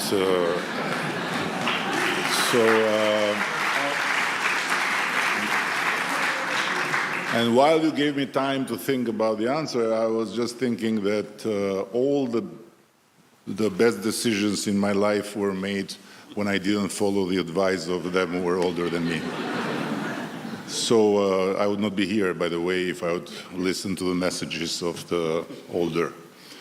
But this being said, I want to say one thing, that the only difference I see that is regrettable between the time I was in their age and today is that today the young people have much less belief in politics. And they make a big mistake, because when you think politics is not something you have to deal with because it's dirty, because it's bad, because it's represented by people like them that have messages, I'm looking forward to you lose the point. You lose the point, because you cannot escape from politics. Politics is after you all the time. So there are two ways. Or you stay somewhere there in the darkness and you raise the hand and say, please give the message, and then you applaud when you hear the message, which practically I don't know what it meant. But, and then you suffer the decisions of politics, or you just get on the stage and you engage with politics. So one of the biggest harms, again, I go back to my thing about the social media and about all these things, is to discredit politics every day, to say that everything that politicians do is horrible, that all politicians are the same, they are thieves, they are hypocrites, they are lazy, and all these things, and to create the idea that there is a better life outside the space of politics. If the space of politics will not become better, life outside of space will become much, much more difficult. And to give the illustration and to end, because when you nod like that, you just are thinking with yourself things that you don't want to say, and better you don't say. Look what politics, when it's not really up to the task, does to Ukraine. We will win. Ukraine should win. Victory is the only option. Very good. And then we'll give you this type of weapon, but you have to use only in this direction and only for that number of meters. We'll give you this type of bullets, but you have to spend them only for this purpose. And we'll give you this type of missile, and you have to throw it, but not farther. So it's like entering in a football pitch and having to have a game with a very strong team, and you give to your team one shoes, and then the other hand is barefoot, and then you say, don't use this hand. So, or we go with them full-fledged, and really we give them everything they need, and we give them now, instead of giving every time something more after some bigger damage has been done to them, or then we find a way to bring them together. But doing this kind of two things in the same time is practically creating as much harm as giving chances. So this schizophrenia between the values, the principles, and then the political behavior based on many, many other reasons has to end if really we want Ukraine to prevail. Otherwise, one day, books will be written, and the truth will be much bitterer than when we are in the echo chamber and we all claim victory.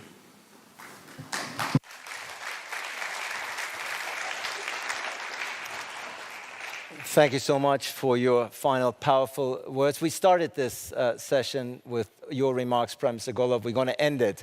I know it's hard to top this answer now, but I want to still give you a chance for some final remarks. You invite him, he gives you a chance, you know. You all need to understand that the clock is showing 00, so I can talk as long as I wish. Absolutely. And No, it's your show. So. No, but I often hear that I'm too optimistic a person, making too many promises, which is true from time to time. But nevertheless, I would like to finish it on a positivistic tone and say to the younger generation that you always dream big. Small dreams are no dreams at all. But please, never, never ever think that big dreams can come true fast. Then they're not big. There is no way you can achieve anything significant in any regard if you think you can achieve it without real effort and without plenty of time and effort invested. This is one lesson that most of the politicians forget about the first day we get elected, and we promise to fast schedules, and you don't have that luxury, not the younger generation. It's going to be an uphill and a very long-run, long-term battle, especially when it comes to climate. But still, dream big, persist, and keep insisting, asking us that we do the same. And perhaps we can come to a conclusion that is going to be really good for all of us.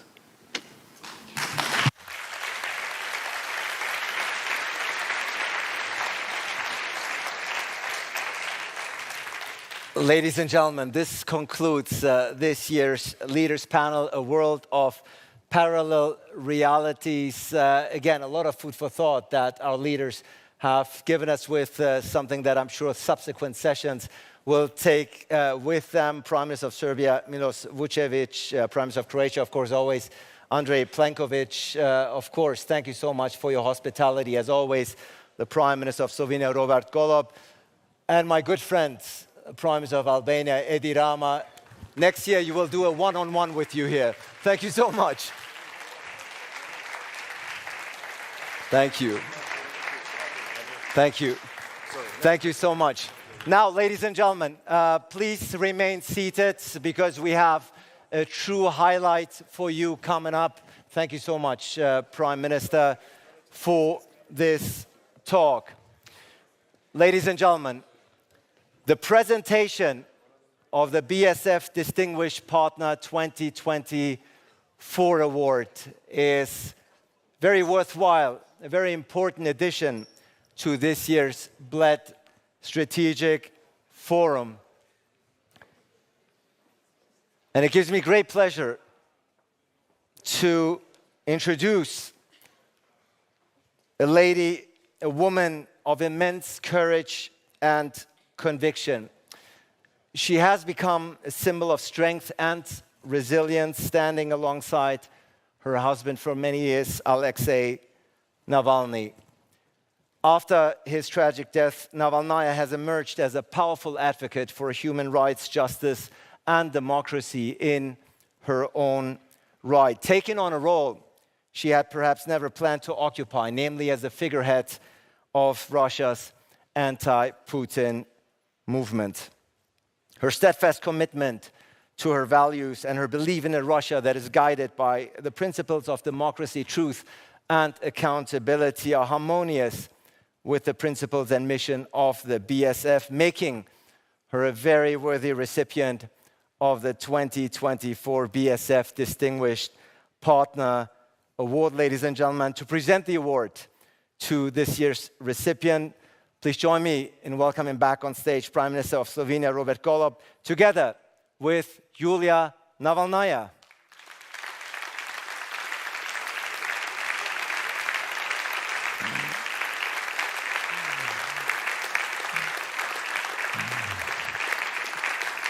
It's great to see you, Prime Minister. Sorry.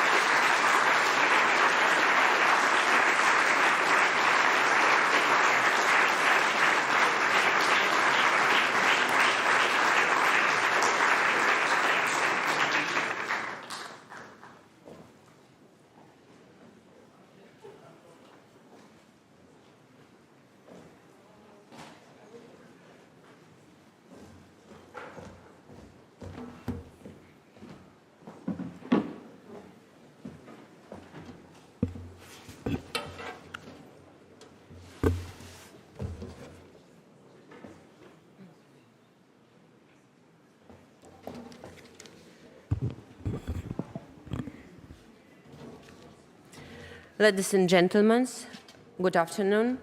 I want to thank Slovenia a lot for such a warm welcome. I had very nice and welcome meeting this morning with Foreign Minister, and I want to thank Prime Minister Golob for such a nice, kind words about my husband. It means a lot for me, his legacy, the memory about him. Of course, thank you so much.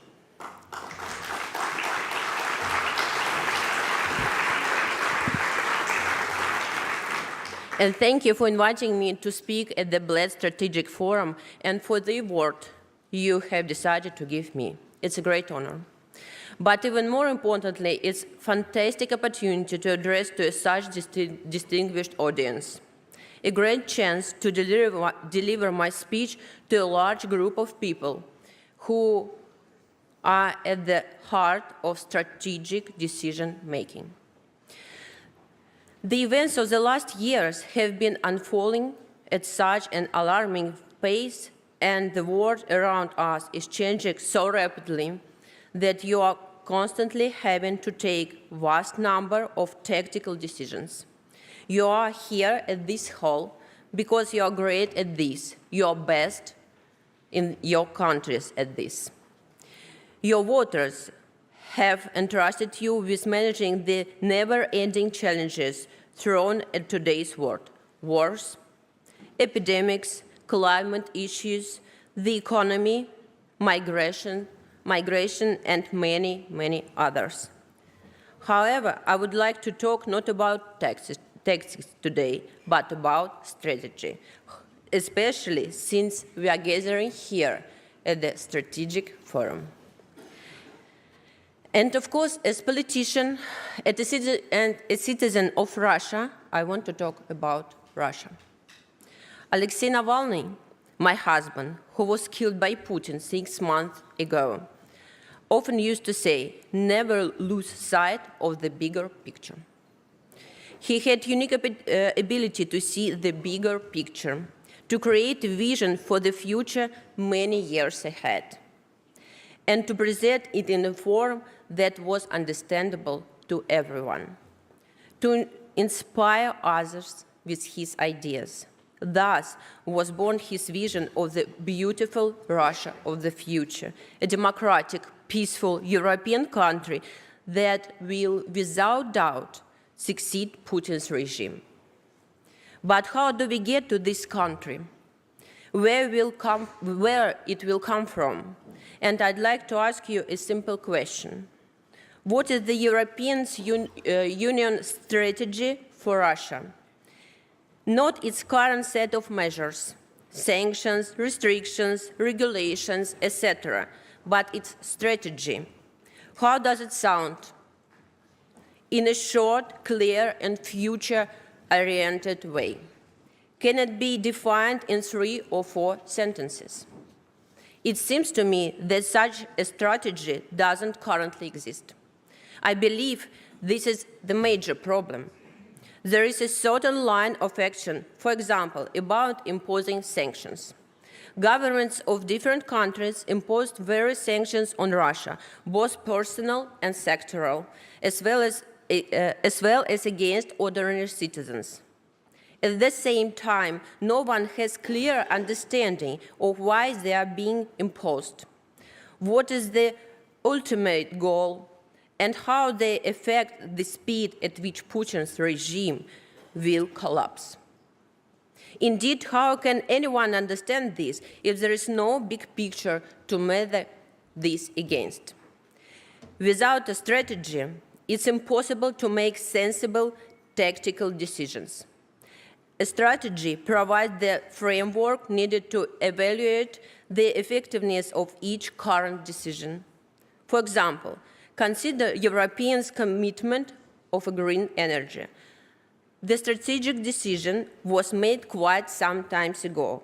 Obvious, there are tactical disagreements among 27 countries, which is perfectly normal and unavoidable. However, despite these disagreements, no one questions the fundamental principles of the strategy. No one suggests demolish all the wind turbines and returning to a coal and fuel oil. European countries are each pursuing green energy at their own pace and in their own way, but they are all moving in the same direction within the framework of the overall strategy. So, what's about the debates on Russia? We easily find those who openly argue that we should give Putin everything he wants, make peace on his terms, and return to business as usual, including buying oil and gas. However, no one can explain why Putin would stand by any agreement on what to do when he ignores them and resumes the war after taking a breather. We can also easily find those who claim that all Russians truly support Putin, but they cannot explain why the number of political prisoners in Russia is rising daily, or why the number of Russian immigrants abroad continues and increases every day. And no one of them talk about how to support those Russians who oppose the war or how to win over their doubters. Finally, there are those who advocate for the urgent decolonization of Russia, arguing to split our vast country into several small safe states.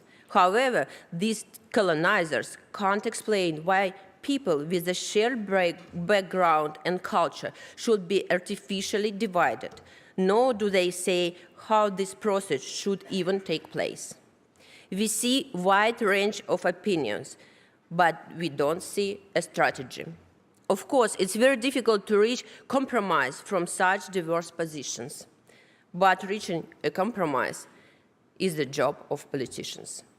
No matter what Europeans' future holds, Russia will be part of it. No matter what Russia's future holds, it will be linked to Europeans' future. We cannot close our eyes and make Russia disappear, fortunately. We cannot close our eyes and make Putin's regime disappear, unfortunately. We need to develop a plan and following that accordingly. And of course, a strategy for Russia cannot be developed without Russia. It must include the part of Russian civil society that opposes Putin. Russians who have been working on the basis of democratic European principles throughout Putin's rule. Russians who protest against the war, who fight against Putin's dictatorship, risking their freedom and their lives. In recent months, I have had many meetings with a wide number of high-level politicians. And at every meeting, I am asked, how can we help? Well, here's my answer. Let's work together to develop a strategy and to start implementing it. If you ask me how it might sound, here's my answer. Russia can and should become a democratic European country within its internationally recognized borders. This won't happen while power is usurped by Putin and his criminal regime. So, together with Russian civil society, we will fight together to remove this obstacle to peace and freedom. Sounds simple, doesn't it? Well, a strategy shouldn't sound complicated. It should be clear. It should provide clarity on what to do and what not to do. For example, support Russian civil society, Russian independent media, Russian human rights defenders, and any Russian horizontal structures. Yes, that's aligned with the strategy.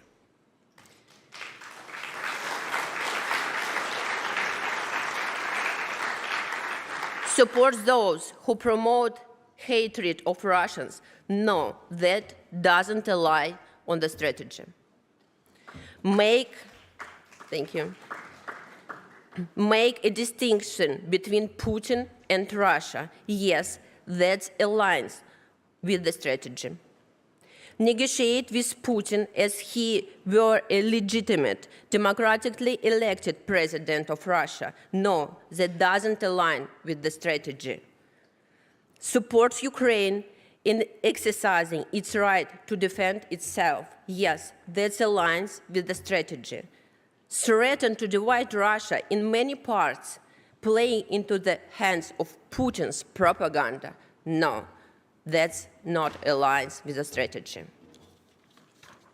There are a lot of many other examples, but we need to find a compromise on the important issue. What kind of Russia do we want to see after Putin? Once we agree on this, it will be easier to make tactical decisions. Each decision will be more effective, and the future we are working towards will arrive much sooner. Let's do it together. Thank you very much.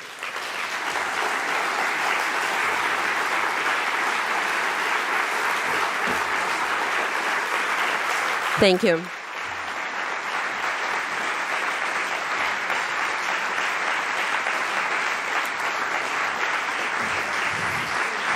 Thank you, Yulia. Always great to see you.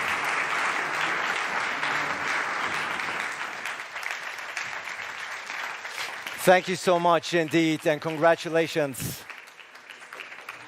Thank you and congratulations. Ladies and gentlemen, before the break, we have one more highlight for you, one I've been looking forward to for quite some time. He is none other than the greatest chess player of all time, a world champion for an impressive 20 consecutive years, and now a very prominent human rights advocate and the chair of Renew Democracy, where he fights for the preservation of freedom and democracy worldwide. Please welcome Garry Kasparov.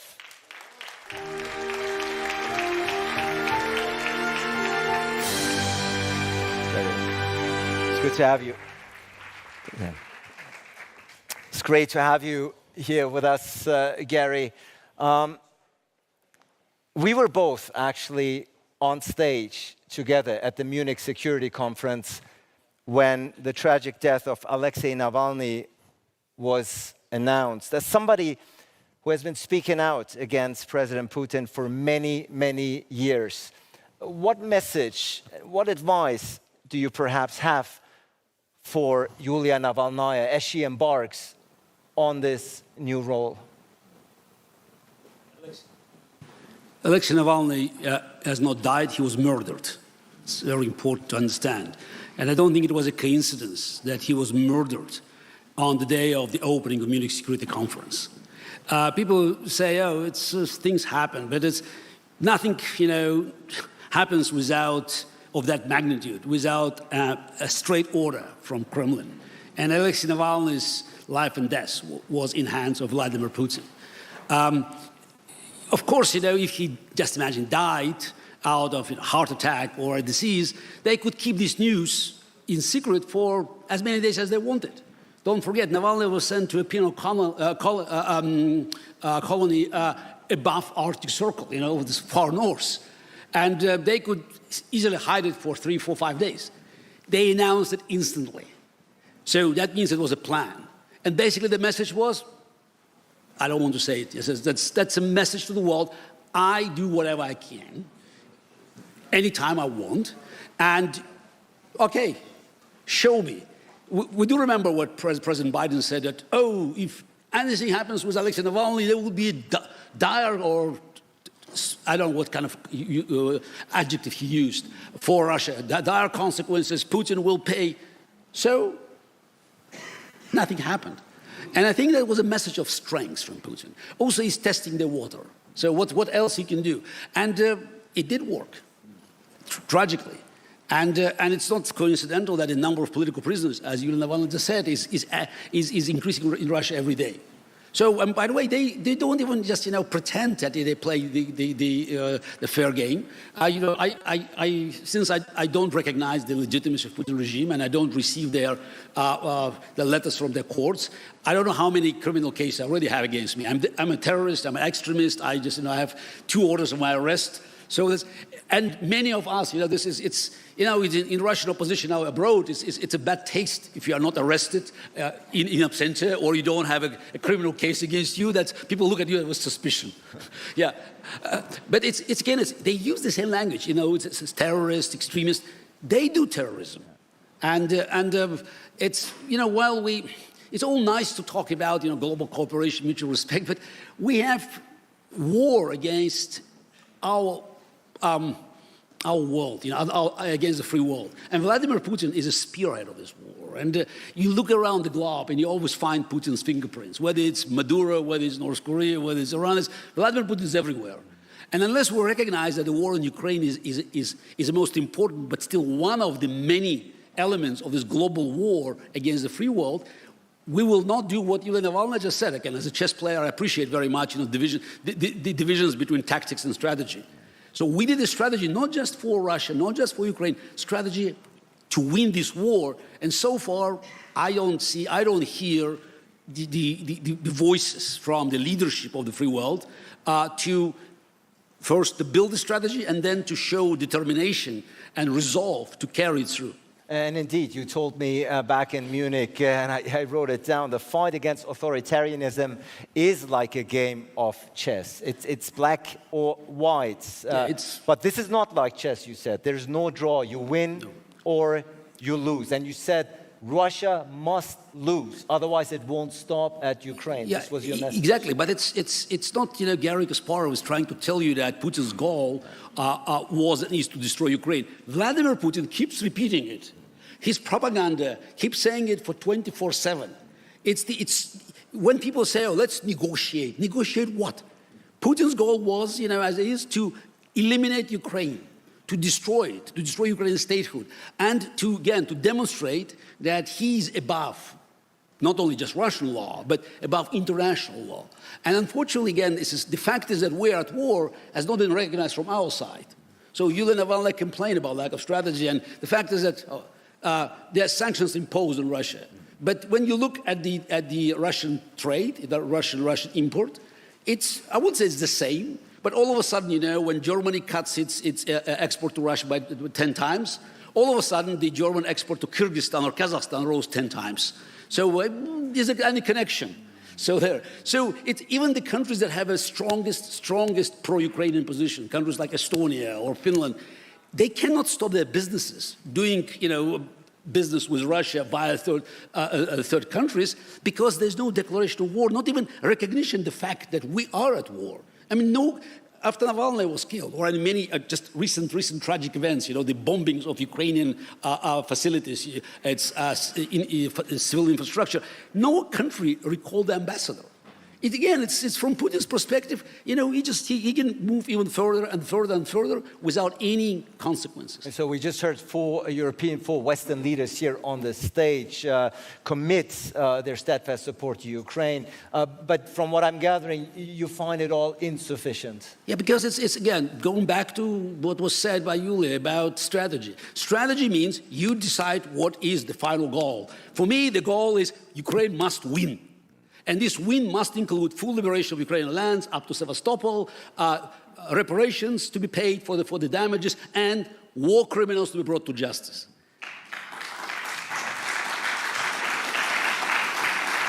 And what we're hearing instead, we will stand with Ukraine as long as it takes. Takes what? To make a deal with Putin? Or we'll stand as long as, just we're watching Putin erasing Ukraine from the map? Again, it's very ambiguous, if not dubious. And again, dictators, they're always sensitive to respond to the messages. So far, Putin sees no resolve, no political will from America, from Europe, to take what it takes to win the war. And that's why we see all these restrictions. Ukraine is being killed. Ukraine's children are just being attacked, again, intentionally, from the airports that are being protected by Americans. President Biden protects Russian airfields that are being used to kill Ukrainians. Everybody can see it. So does it make him an accomplice in crime against humanity? So clearly, the message you are sharing here today is a very strong one, and you said a change of regime in Russia will only come with the victory of Ukraine. There are some people who say, be careful what you wish for, because whatever comes after Putin might even be worse. Is that a thought that I get the answer? Can you imagine? This is Roosevelt and Churchill debating what will happen after Hitler in Germany. Yeah. So look, it's nothing could be worse than Putin. So those people. Again, one thing is clear: Putin goes down. We can discuss the scenarios. There will be no democracy next day. Actually, from the collapse of the regime to a first democratic elections in Russia, it may take 2, 3, 4 years because everything is destroyed. No law, no constitution, court system. It has to be rebuilt. It's a very painful process. Again, it will be done, but it's very important for Russians to understand, for ordinary Russians, that the empire is dead. You have to kill the virus, imperial virus in the minds of many Russians. And the only way to do it is to see Ukrainian flag in Sevastopol. Anything short of that will not convince Russians that our country, my country, has a very simple alternative. Either to go back to Europe, to paying the price, retreating from Ukraine, paying reparations and sending war criminals to Hague, or to become a Chinese satellite. I mean, let's not forget. You know, it's all nice to talk about Russian territorial integrity. China is the only country that has a massive territorial claim to Russia. Nearly 1.5 million square kilometers of Russian land is being questioned by China, and it's the entire territory from Vladivostok to Lake Baikal. Based on the old treaties, the Russian Empire took the land from China. It's history. But the fact is, China is watching this war with great pleasure, because the war weakens Russia. The war weakens the free world. Nobody pays attention to Chinese build-up, to genocide against Uyghurs, for instance, that is being committed, and potential acquisition of attack on Taiwan. So, again, China has a plan. Putin has a plan. We don't have a plan. So that's exactly going back to what Yulia said. Let's agree on the plan, but the moment you say regime change, you're ostracized in Washington and Berlin. They are afraid to hear these words. So clearly it's a theory that you don't subscribe to. Now, your message here today is very clear. Russia must lose this war. Putin must lose the war. Yes. Putin regime must lose the war. Yes, but if Ukraine doesn't defeat Russia, your claim and your theory is Putin won't stop there. Then it's going to be Moldova, the Baltic states. It's not. No, look. It's the. Let's not prejudge, because Putin is not. He's crazy, but he's not stupid.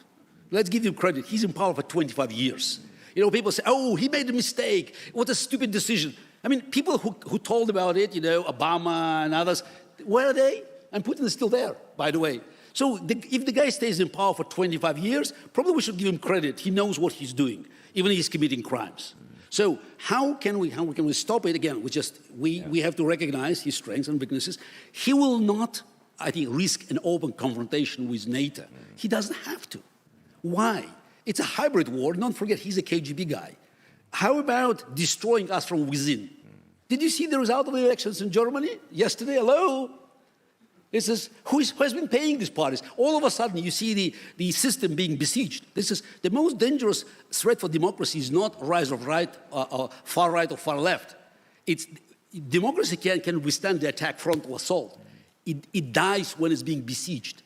I remind people that Hitler never won elections in Germany.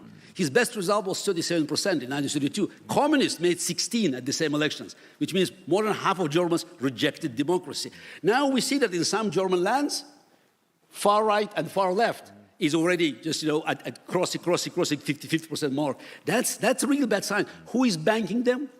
So when you look at American elections, Vladimir Putin knows that there are many ways of weakening our resolve and working from within. Ukraine is a symbolic demonstration of his strengths and our weakness.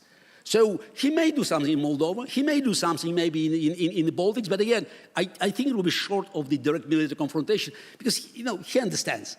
So the combined strengths of the eastern flank of NATO, I'm not talking about America, eastern flank of NATO, Poland, Baltic nations, Sweden and Finland, is more than enough to destroy Putin. It's not Russian tanks will be in Tallinn in 3 days. I think Estonians will drink beer in St. Petersburg in 3 days. So that's why prepare for many more complicated attacks. Again, he already saw how savvy he is by playing various cards. You're, of course, a very brilliant analyzer of both Russia and Putin. In your book in 2015, Winter is Coming, you warned that the West's inaction to Russia's 2014 invasion of Ukraine would only embolden Putin. You turned out to be correct, of course. If you were to write an updated version, if you will, of that book today, what would be your new warnings or predictions? Winter is here. Yeah. And again, we need a plan just to make spring come at one point. Look, first we recognize as a global war.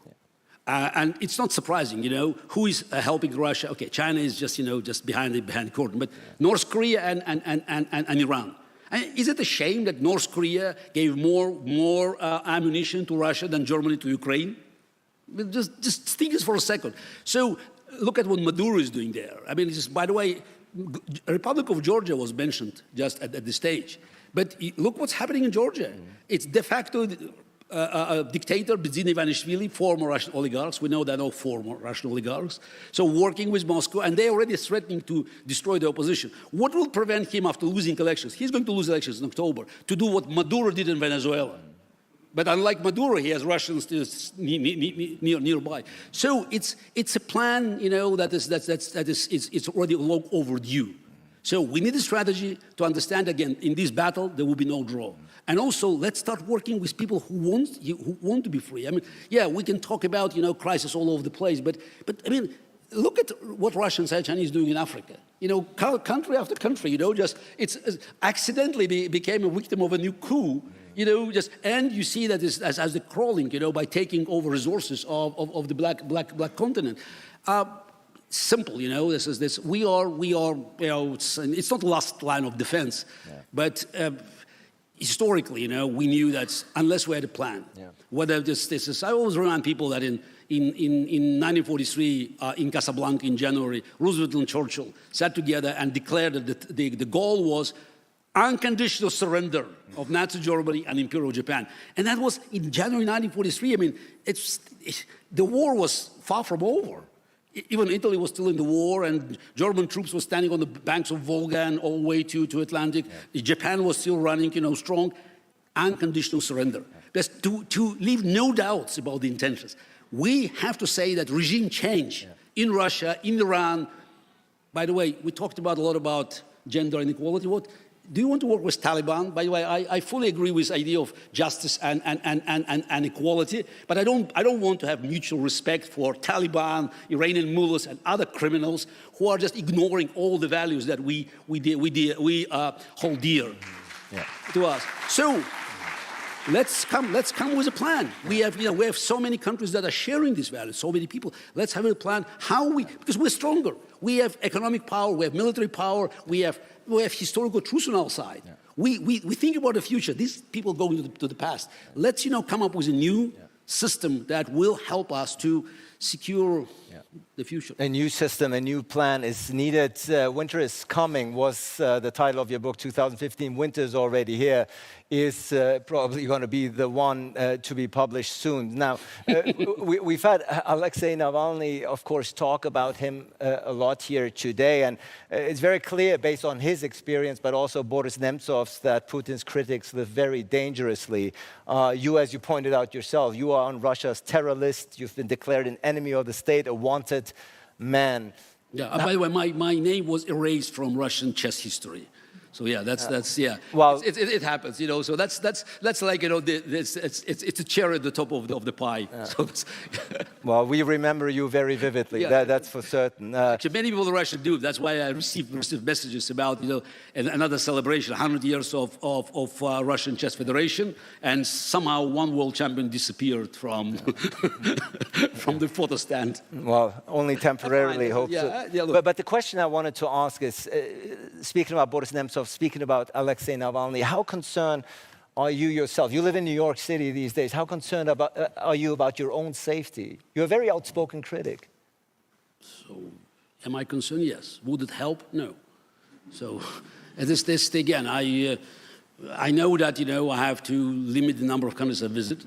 So, because I wouldn't go to Hungary, so I have many friends there, but for obvious reasons I wouldn't go there. I wouldn't go to Turkey.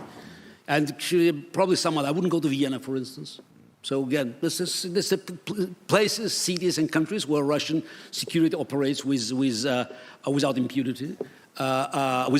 So again, I understand that there's always price to pay, but you just mentioned them. You mentioned two great heroes by my dear friends. They have been killed. So how can I behave otherwise? Yeah. We're almost out of time, but I want to ask you a personal question. Your mother passed in 2020, and you weren't able to attend her funeral in Moscow due to the risks of being there's no risk means it's uncertainty. For me, going back to Russia, it's due to the certainty of you being detained, and then God knows what. You are 61 years old now. Yeah, I am. Do you still hope to return to a democratic Russia one day? Yes, absolutely. How realistic do you think it is? Look, I'm 61, you said, so and I'm in reasonably good health. Yeah. So look, it's the regimes like Putin's, they look strong, but there's the day comes, it's on Sunday it's all rosy, but on Monday something can happen.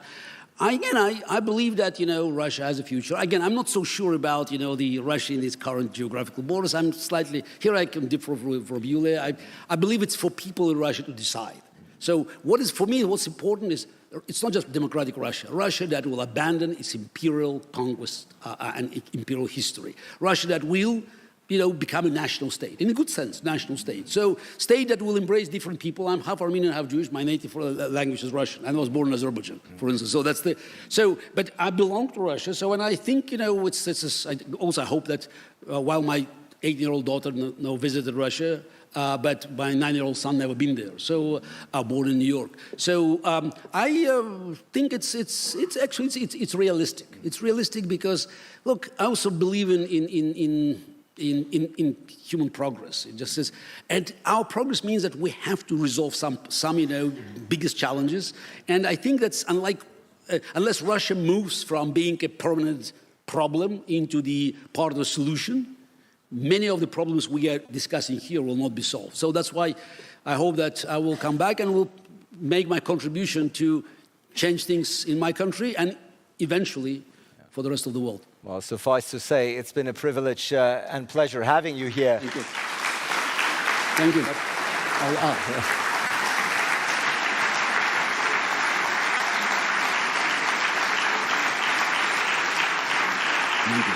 Thank you. Thank you. Thank you. Thank you so much to, as far as we're concerned, the greatest chess player of all time and an international... Thank you. Thank you. Thank you. Thank you. Thank you. Ladies and gentlemen, Garry Kasparov.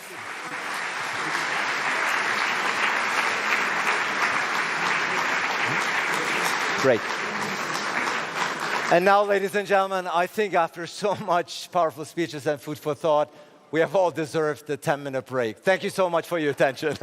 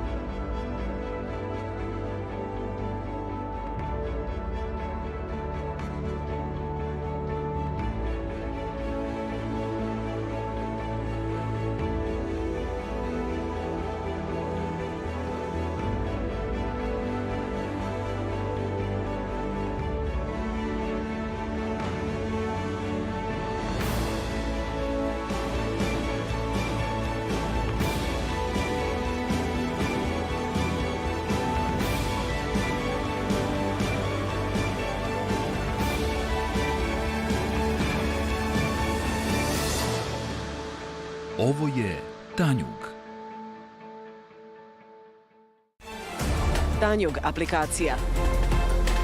Prvi saznajte najtačnije informacije. Besplatno na Google i App Store-u.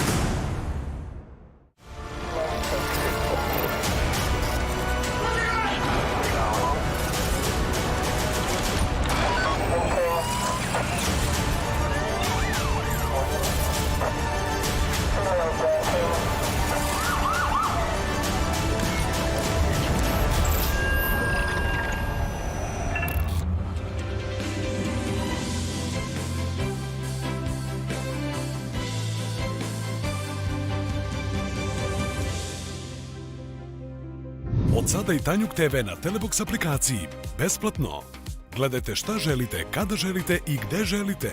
K1, Kazbuka, TV Doktor i Tanjug TV na Telebox aplikaciji. Dostupno na Google Playu i na Apple Store-u.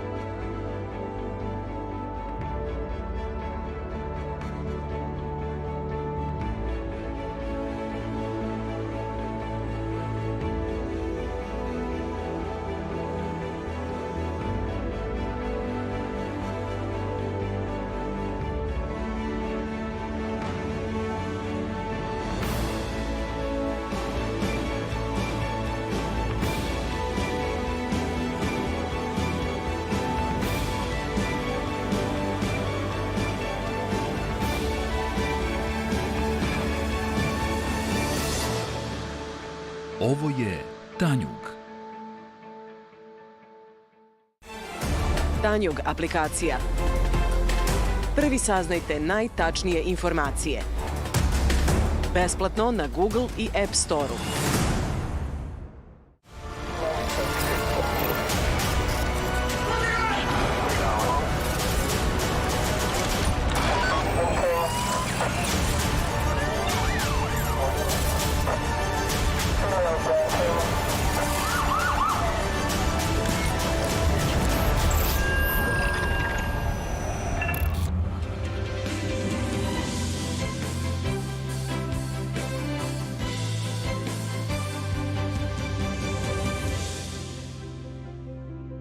Od sada i Tanjug TV na Telebox aplikaciji.